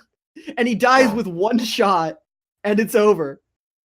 And then he walks back, and all of a sudden there's this weird rumbling, whatever. And he walks back, and she's like, hey, what happened to that guy? And she's like, he tried to kill me. Never mind. We have to go right now. And so they leave. And then the last shot is the girlfriend and him driving away from another nuclear explosion. What? But here's the thing, you don't see the bomb. You just see, okay, it wasn't even a nuke. It was just like a giant earthquake that looked like it was upturning the land. And it was them driving off, and then the shot pans away from them in their car before it might have even been another Cadillac. Before he could get before they're killed and destroyed. It's supposed to be ambiguous. They fucking died. They're all fucking dead. Why? So thus the camera pans away, not showing the way the movie ends in a movie called How It Ends. So that was how it ends. It didn't. It didn't. Okay, here's what I'll say. Some say the movie's still going to this day. I feel like this movie's biggest crime was how boring it was. It was paint by numbers. It was generic. I wouldn't even. It's not a movie I would say go out and hate watch it with a couple friends. You'll get bored in the first. You'll get bored in the first 15 minutes, and you'll quit after. You'll quit after 35. It's incessantly boring. It hammers you over the head with how nice that Cadillac. Plot elements are just like they're forgot about just as abruptly as they were brought up. Nothing in the movie makes sense or is logical in any way, and it really takes you out of the movie. This seems like the reason. This is a Netflix exclusive movie, right? Yes, it is. This is the reason Netflix stopped showing their the rating system. Instead, did this switched over from star ratings to matches. Because matches don't mean anything, actually. Yeah, that's matched to your preferences. This is 100% unmatched with you. But is it good? No. No, yeah, so that was How It Ends. Don't watch it. That's my recommendation. I might have talked for a little bit too long, but boy, was it bad. My recommendation is that you don't watch How It Ends. Exactly. I recommend you don't watch this. I recommend that you don't watch this thing that you would never have heard about if it weren't for me. Well, don't worry, I won't. Exactly. Yeah. All right. Except mainly because you just spoiled it all. Oh Yeah. wow! I'm so sorry, guys. Jeez. I would have. I'm about to watch How It Ends right now. Oh wow! It was totally in your queue. What? I'm about to pull this shit up. I was gonna watch How It Ends, but now I know how it ends. No, you don't, because it doesn't end. I'm watching this. Okay. While Dre's doing that, while Dre's wasting an hour and a half of his life. Oh, I'm not watching the full movie. I'm just watching How It Ends. Oh, okay. Wait, you're watching How It Ends? Yes. Oh God. Scott. Yeah. Scott, what did you bring? Alright, so I'm about to tell y'all about a murder mystery visual novel by the name of Umineko no Naku Koro ni, which directly translates to When the Seagulls Cry, but it's typically referred to in English as Umineko When They Cry. Okay. I'm going to have to interrupt you already. I'm sorry. But I'm watching this. Okay. And this Cadillac is really nice. Go on. I'm just going to let you know. It's a nice Cadillac. It's such a nice car. Yeah. Umineko is kind of hard to talk about. I would say, I'm going to preface this by saying I consider it to be the greatest work of fiction I've ever experienced. Not to overhype it or anything. Okay. But oh my God. Yeah. All right. It's a murder mystery visual novel. It's kind of hard to talk about without spoiling it. Mostly because if I'm going to talk about something without spoiling it, it's to go over the premise. Yeah, but to even explain that is kind of complex. Well, that's what we're here for. Go ahead. Yeah. Well, on a basic level, it's a murder mystery. First of all, it's pretty long. That's kind of the main obstacle for people getting into it. It's hard to estimate how long it is because it kind of varies on reading speed. And when it's past a certain length, it can kind of vary a lot, but it can be up to 100 hours. And it's split into 8 episodes, which are, give or take, about 10 hours each. Jesus. But yeah, it's on Steam. It's in 2 purchases because the first 4 episodes are called the question arcs, and the last 4 are called the answer arcs. Because it's sort of, it's a murder mystery. The first 4 sort of set up, and some people might have heard of. It's considered part of it's called Umineko. Umineko When They Cry, When the Seagulls Cry. It's part of the When They Cry series. It's something that probably people might be more familiar with. It was just Higurashi, because the anime adaptation was really popular, and that one came first. And while I haven't read or experienced Higurashi yet, to my knowledge, they're not directly connected in any way. So you can just start with Umineko. Okay, that's good. Basically, Umineko, it's a murder mystery. So it starts off with your protagonist, Ushiromiya Battler, who's my boy. Basically, he's a rich kid. Is his actual name Battler? Yes. I approve. So he's from a rich family, the Ushiromiya family, very rich. And basically, he's been away from this family for 6 years after getting into a fight with his dad. But now the other relatives who's staying with, they all died. Now he's going back to the family. Every year, the whole family, they all go to this private island where the head and like the main family live. So his grandfather and their eldest son live there, and they go there every year for this family conference where they sort of discuss, because they're all rich business people and such. And so he's seeing all his cousins and everybody again for the first time in 6 years, and on this private island. And so they're on the island, and a typhoon comes, trapping them on the island, and all their telephones get cut off. And so one thing, I should say this first, one thing they sort of become aware of, or Battler becomes aware of on the island, is there's this big portrait hung in the mansion of this woman with blonde hair, who is referred to as the Golden Witch Beatrice. And basically there are rumors that there is this sort of, because there's this sort of epitaph below it that's this sort of riddle, and there are rumors that riddle has if you solve it, you can find this hidden gold, because there are all these tales of their grandfather, the head of the family, having sort of revived the family when they had sort of lost all their wealth in the big earthquake. Reviving them with 10 tons of gold. Oh wow! And so there are rumors that if you solve this riddle, you can find the hidden gold. And there are all these tales about that this witch Beatrice supposedly gave him the gold, and there's all these different sort of theories and ideas of what if that's like maybe a metaphor for some kind of like mistress he might have had. Huh. That's interesting. Yeah, and so what ends up happening is that night they're having the typhoon's coming, and they're all having dinner. When this little girl, one of Battler's cousins, who believes in the witch Beatrice as a sort of 'cause she's just a little girl. She's like, oh yeah, I want to be a witch like Beatrice and all that. Mm. And she always Beatrice is real. She hates it when people say she isn't.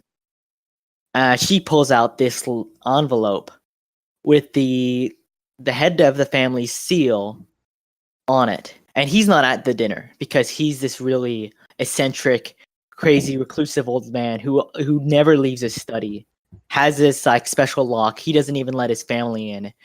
He doesn't come out to dinner, and this envelope, which has his special seal on it, and she says, "Oh, Beatrice gave it to me."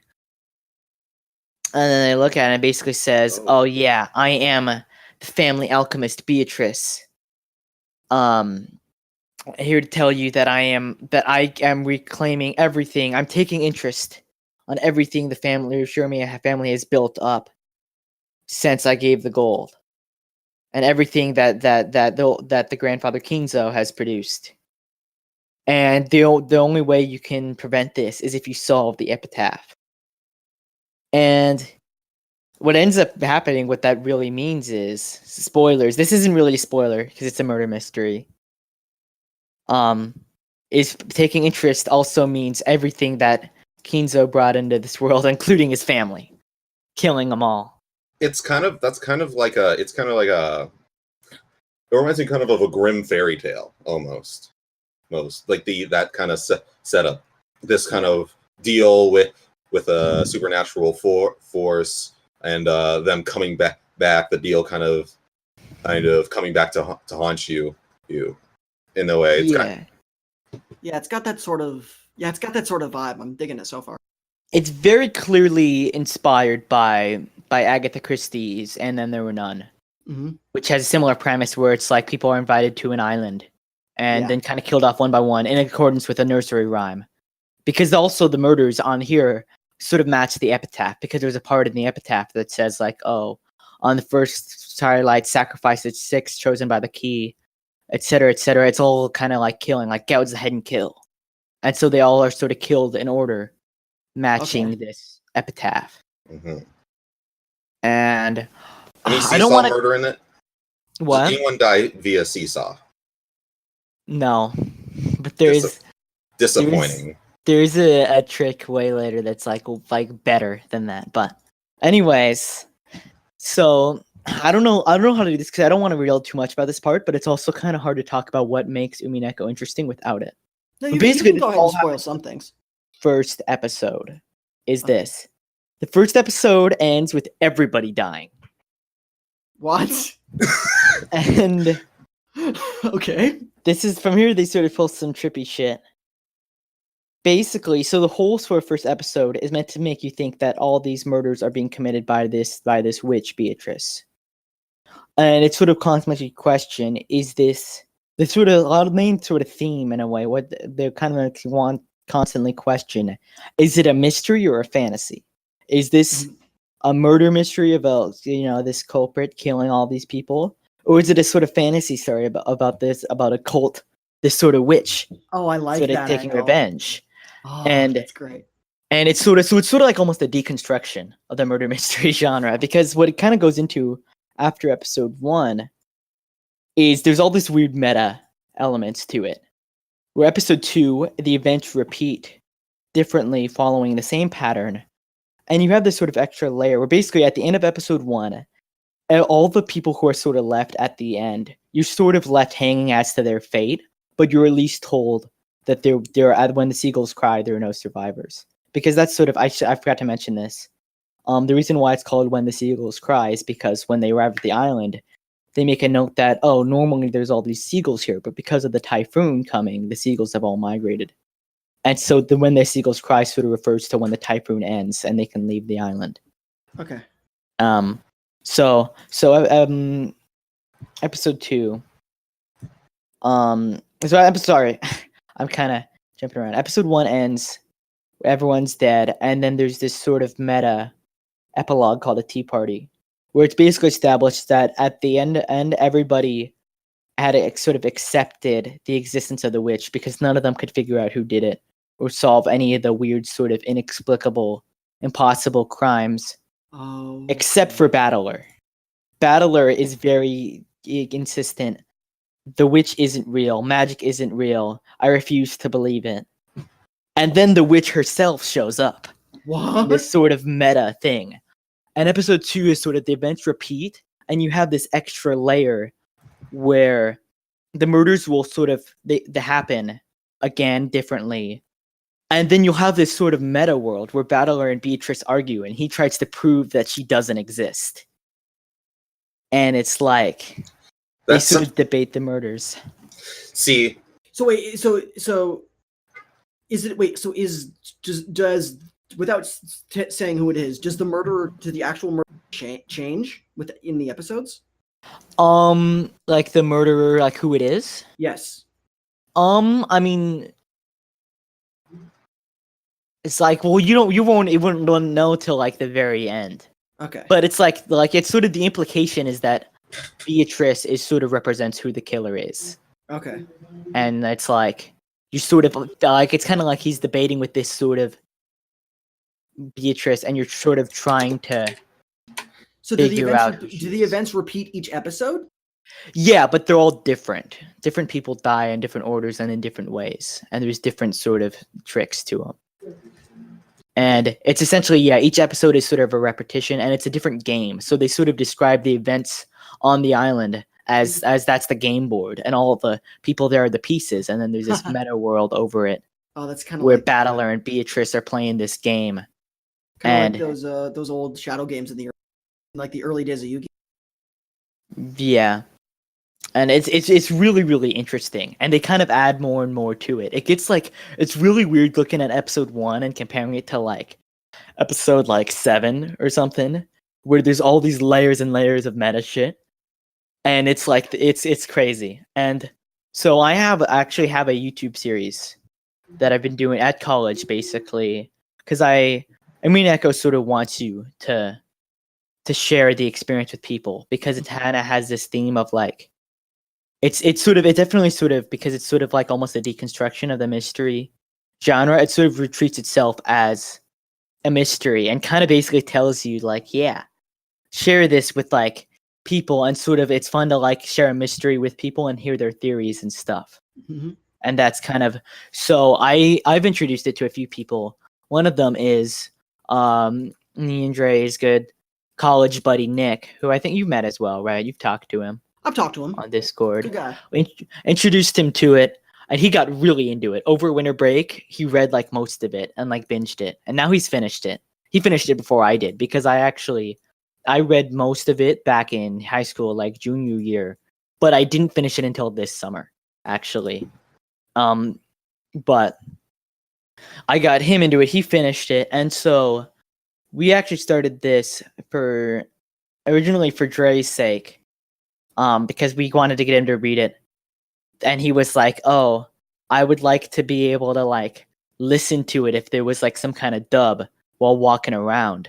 So we devised this. We're doing this sort of let's play series. We call it a group play, where me, Nick, and then we got our 2 other college friends, Nathan and Hannah, and we voice the characters, and we go into like the college music room and we record it.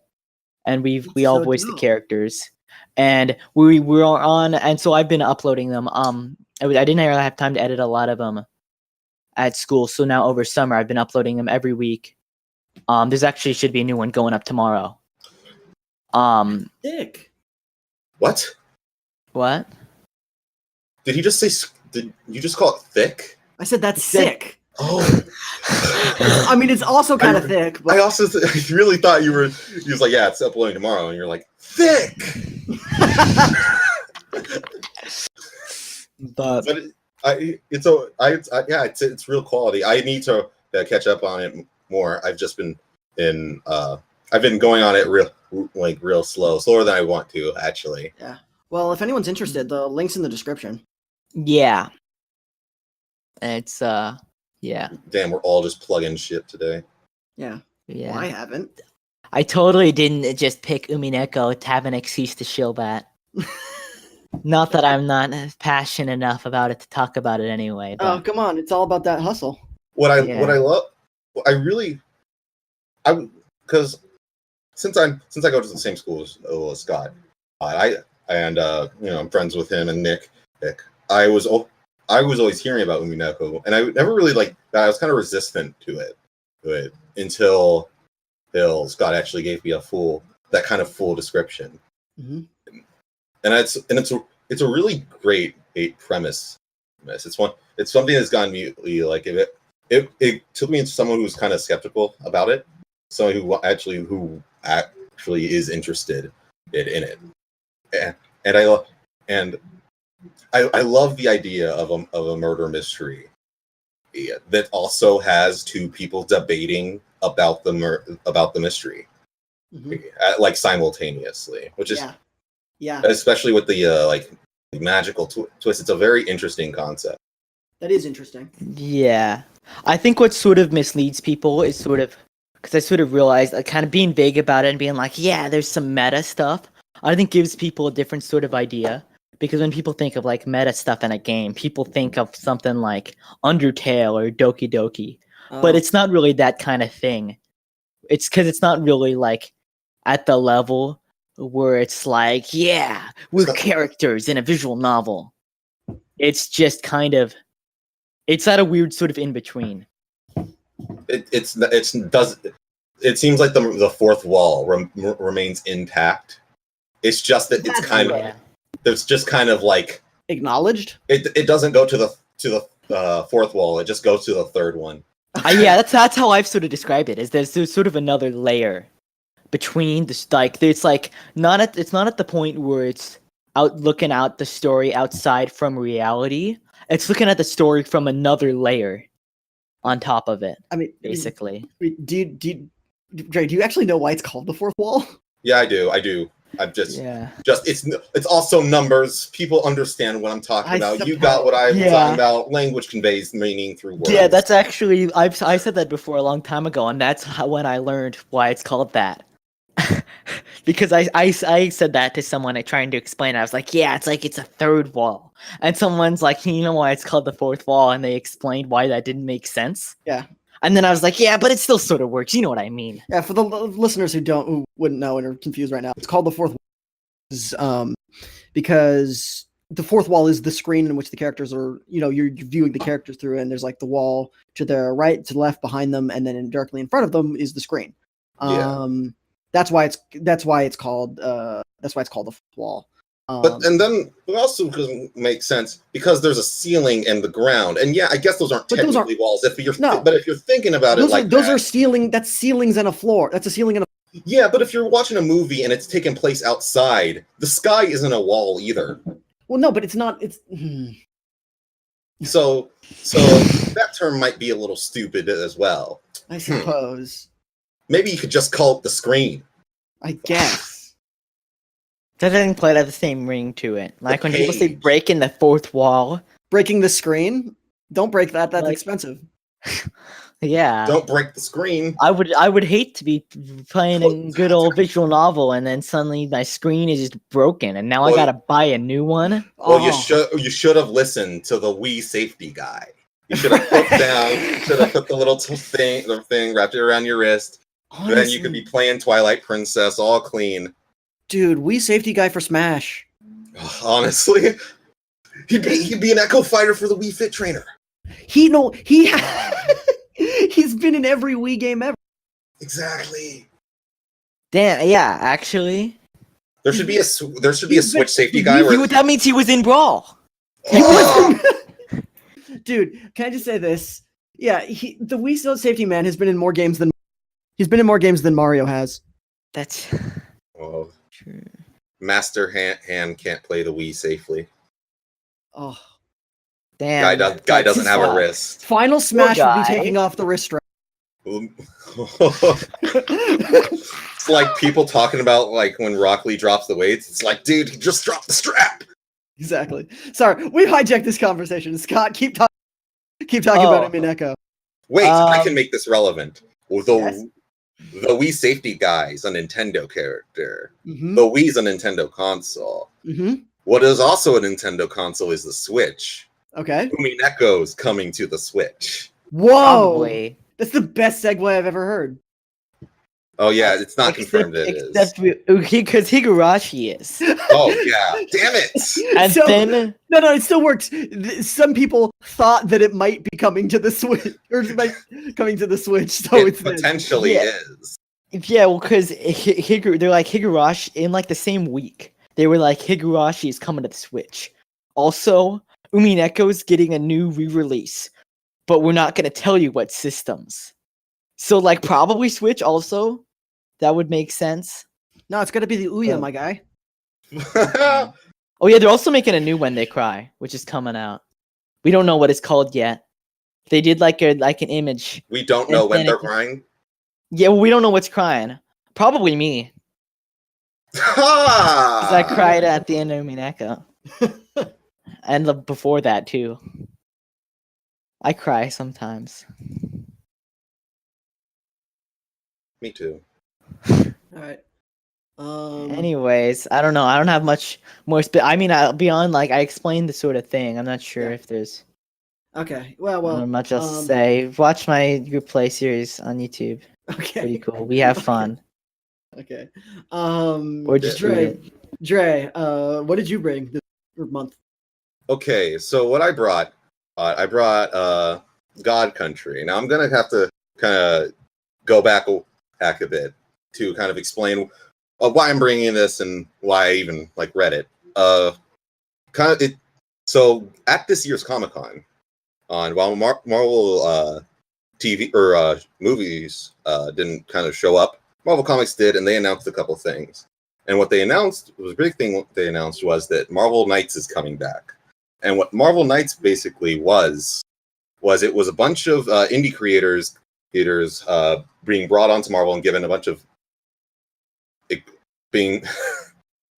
It was a bunch of Marvel creators or Marvel indie guys coming on, and I'm sorry, you really threw me off there, Carol. Oh, sorry about that.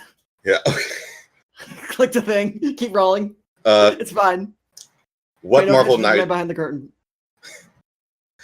What Marvel Knights was in 2000, after Marvel pulled itself out of bankruptcy. Yeah, they were trying to get all these indie creators to come on board and write obscure characters. It's actually the reason so many characters that are popular now are like still exist and are relevant. Like, you probably wouldn't see characters like Black Panther for sure would have never gotten a movie without this. Daredevil would probably be gone. Inhumans and Punisher are same story. Mm-hmm. And it was really successful because they brought in all this indie talent. And Marvel right now is kind of trying to find all this indie talent. And so they're bringing Marvel Knights back. It's 20-year anniversary as well. And who they're getting to run it is Donny Cates, who is, well, the writer of God Country, and probably the biggest indie darling since Bendis. So, and he got very popular enough that he's been working with Marvel like a year now. Now he wrote Doctor Strange, and what got him this popularity was God Country. Okay, so I decided I would finally read it because I bought it like months ago and just never picked it up when this news hit. I was like, oh, I'll read it, and I read it, and I was not expecting what I got. I read it and all within like an hour, and reread it, had it within the same day. It was absolutely blew me away. Okay. So what the book's actually about is there's this guy, his name's Roy Emmett, and he's moved his whole family from, I forget where, some big city. I think it's in some California city, and he's moved back to his hometown in Texas. Okay. To take care of his dad because, well, his mom died years ago, and his dad's developed Alzheimer's. Okay. So, he's uprooted his whole family, moved them here, and where we start the book actually is he's out front. He's in front of his family house built by his granddad, had just like out in the middle of nowhere, there, and the sheriff's there, and they detained his dad, and they're bringing him back home, and the sheriff's talking to him, and he's like, "Well, I'm not putting my dad in a home, but I can't really take care of him." His dad was like an angry, like tough guy before the Alzheimer's, and now that he's like doesn't remember anything, sometimes he'll just leave his house and just get into trouble. Oh dear. Yeah, really, really harsh stuff, like right off the bat, and then his dad's like in his room, and then he comes down. His wife and his daughter are there, and the daughter like runs in. She's like, "I want to see Grandpa," and he comes down, and he doesn't remember anything. He doesn't even remember being detained, and earlier that day. So he's like, "Where's my wife? Where's everyone? Why are you people in my house?" And as the daughter's running in, he's like, "I'm going to get off my property. I'll kill all of you." Oh dear. Right in front of his daughter. Oh Jesus. And this is very clearly that the family's been strained at this point. The wife, this is like her last straw, and she's like, I'm leaving. I'm going back home. I'm going to start preparing. You need to move back. I moved my entire life up here to help take care of your dad, but he wasn't even really nice to me before the Alzheimer's. I've like lost all agency in my life. We need to go. We can't do this. Put him in a home and we'll leave. And he's like, I can't. I can't do that. That's my dad. And so she drives off. And so at first you're kind of like, wow, it's really harsh. But once you think about it more, you kind of see where she's coming from. No, I completely understand it. Yeah. Yeah. And so they're driving away. Roy's kind of just left there with his dad, Emmett. the sheriff's like, do you need a ride back? He's like, no, I'll figure it out. Please, just leave me with my dad. I'll figure something out. And then, it's a couple, I think, no, it's not even a storm, a tornado comes and hits the town, and heads towards their house. The wife and daughter see that, and they start turning around, driving back. They, not monsters. And the tornado hits their house. House is completely destroyed. Roy somehow survives. Okay. His wife, daughter get back there. They're like looking in the they're looking in the wreckage, and they're like, "Oh, I guess my dad's fucking dead." Yeah. And then that's when a demon shows up out of the wreckage. What? Okay. And a demon? Yes. A demon shows up out of the wreckage, lunges at them, and his dad shows up with this like 10-foot long sword. What? And kills the demon. And yeah. Wait, so the Alzheimer's guy has a giant sword. Yes. And so after that's done, his granddaughter comes to him. It's like, Granddad, Dad, and he's like, hey. And then he starts to remember her. What? He starts to remember. And what we find out is that this tornado was really like this demon coming at them, and this sword came to help them for some reason. And this sword is a god. All right. Yes. It's the sword. That's why it's God country. Is it sentient? Is it sentient? It's sentient. It is. Does it talk? Yes. What? Does it have a mouth? No. Oh. Then how does it talk? Probably through their minds. It has a brain. Or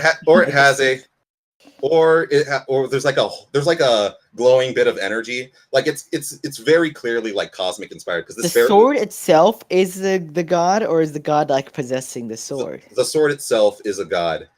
So does it have a brain that like physically exists in the sword? So yeah, is the brain in the blade, or is it in the hilt or the pommel? It's okay. So the hilt is like a thing, and then it has like kind of like a glowing bit of energy, and then it's the sword. And so you can assume that the consciousness is kind of just in that energy. Okay. Yeah. But where's the brain? It's don't got a brain. Well, the brain then how does it? Huh. So wow. it turns out, I forget the name of the sword. It starts with a V. It's some ridiculous shit. It's the god of all blades. It is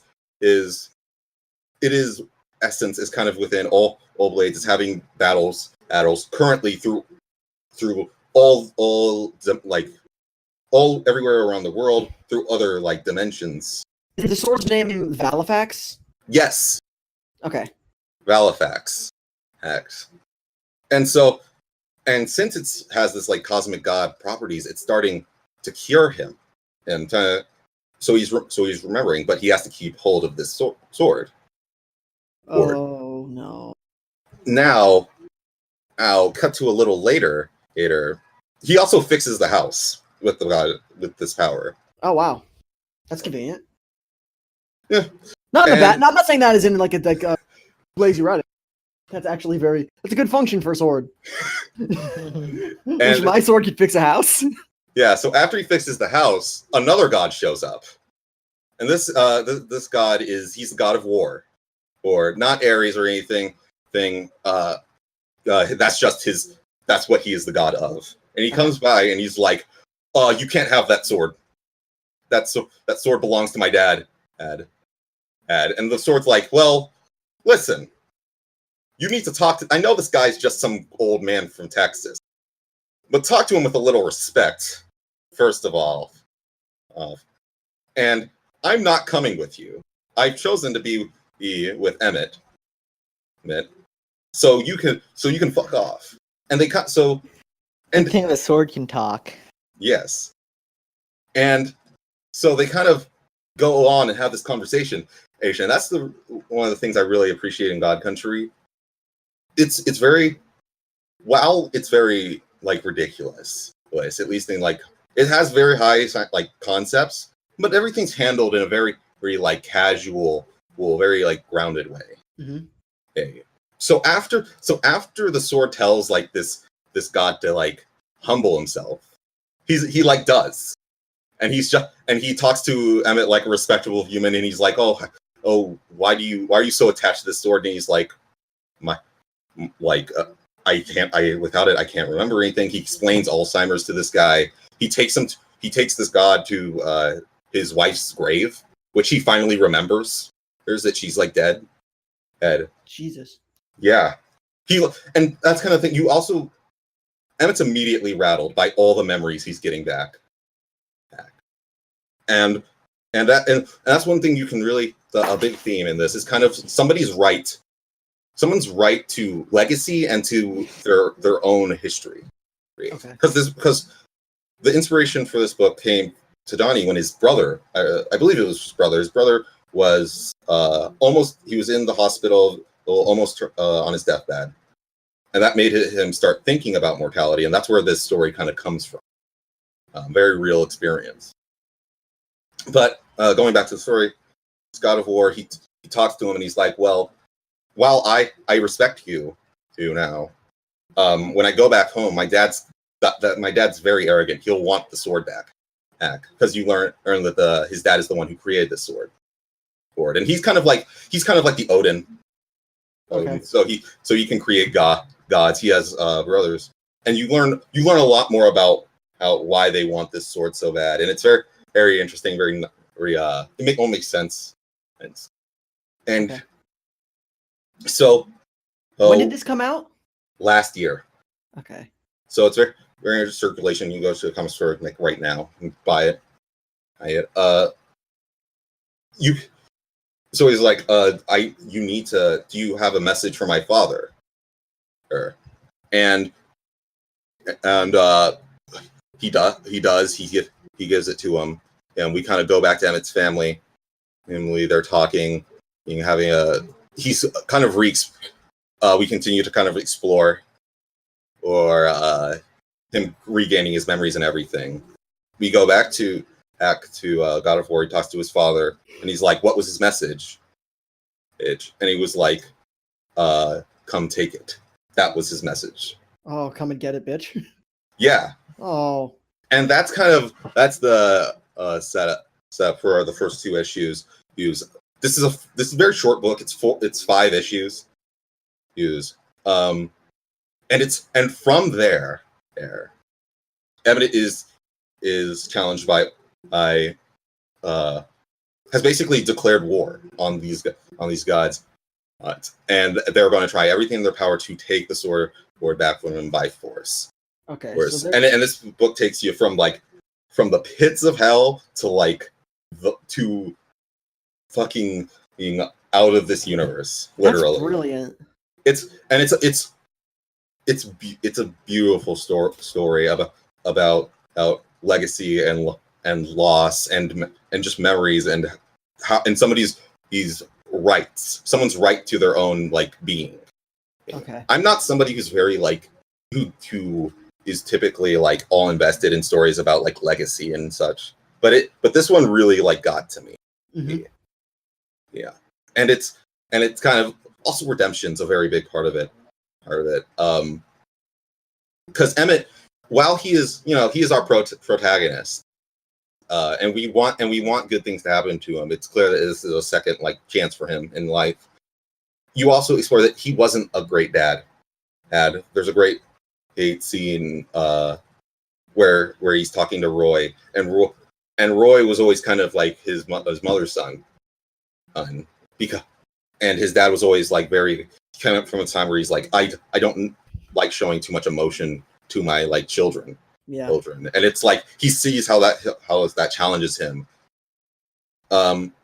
There's all sorts of things. Emmett's a great character, not just because of like what's on the page, but what you can infer from him, and how relatable he is, and his whole family's like that. Everyone gets dimensions, and the gods get dimensions. There's the family dynamics even between the gods is like a perfect mirror to Emmett and his family. And like the art, it's a shame I'm forgetting the artist's name right now, but he renders Texas like as it's as fantastic looking as something like Hyrule. Wow. Texas? Yes. Yes, Damn. he makes Texas look gorgeous, and not That's where Jiffy at? and not because he makes it look good, but he captures like kind of like this. He kind of captures like the spirit of Middle America and how it can be so endearing,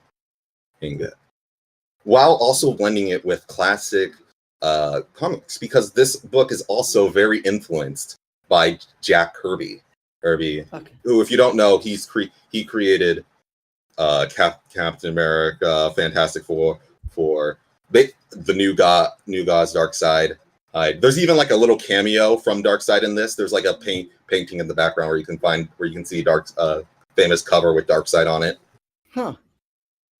And it's very influenced by that. If you know anything about Jack Kirby's art, you'll see it immediately. Yeah. I kind of really like this book has become, this would have been my favorite if I actually bothered to read it last year.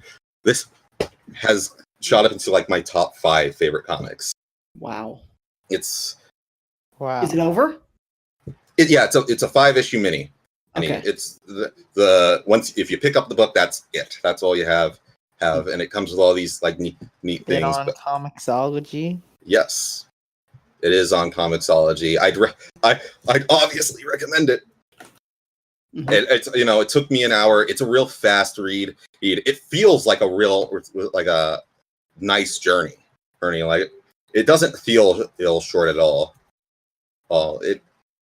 There's also I can't. I'll stop describing things about it, because if I don't, I'll just keep going. Y'all have any questions? I mean, that aren't related to sword brains.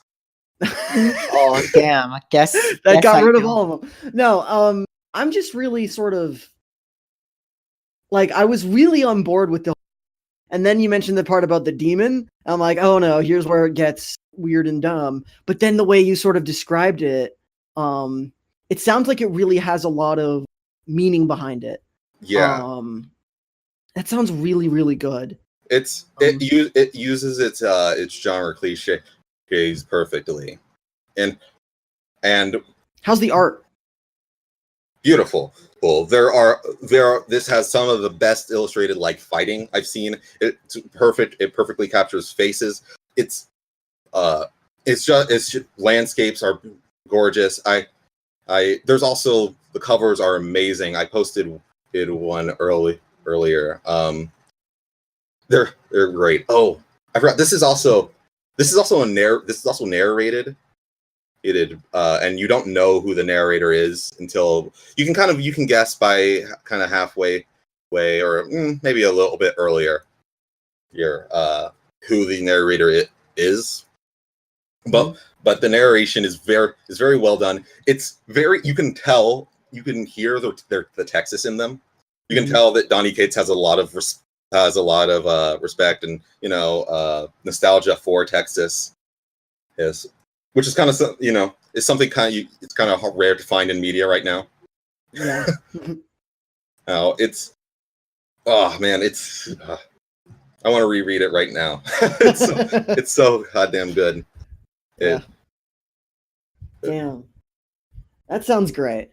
Yeah. Cool. All right. I think is that good? Are we all set? Yeah. Yeah. Yeah. Read God Country and probably read Marvel Knights. That stuff's probably going to be good. It's all going to be run by him. All right, sick. Special thanks to our editor Guthrie for making this episode sound and appear as beautiful as it is. Special thanks to our producers, Dre Best and Ronnie Diaz. Thanks to our great guest, Scott Heemstra, for being on this show. And for Jack Wertimer for designing the thumb, if you're viewing this on YouTube. All right. And thanks to Cranberry Juice. And thanks kept me refreshed throughout the entire recording. Swords with Brains, and thanks to Cadillac. Really, you make this shit possible. Yep. And Mitches witches that may or may exist, not the ones exist. Bitches that might exist. Thanks for listening. If she exists, she's you all been thanked. All right, till next month. Bye-bye.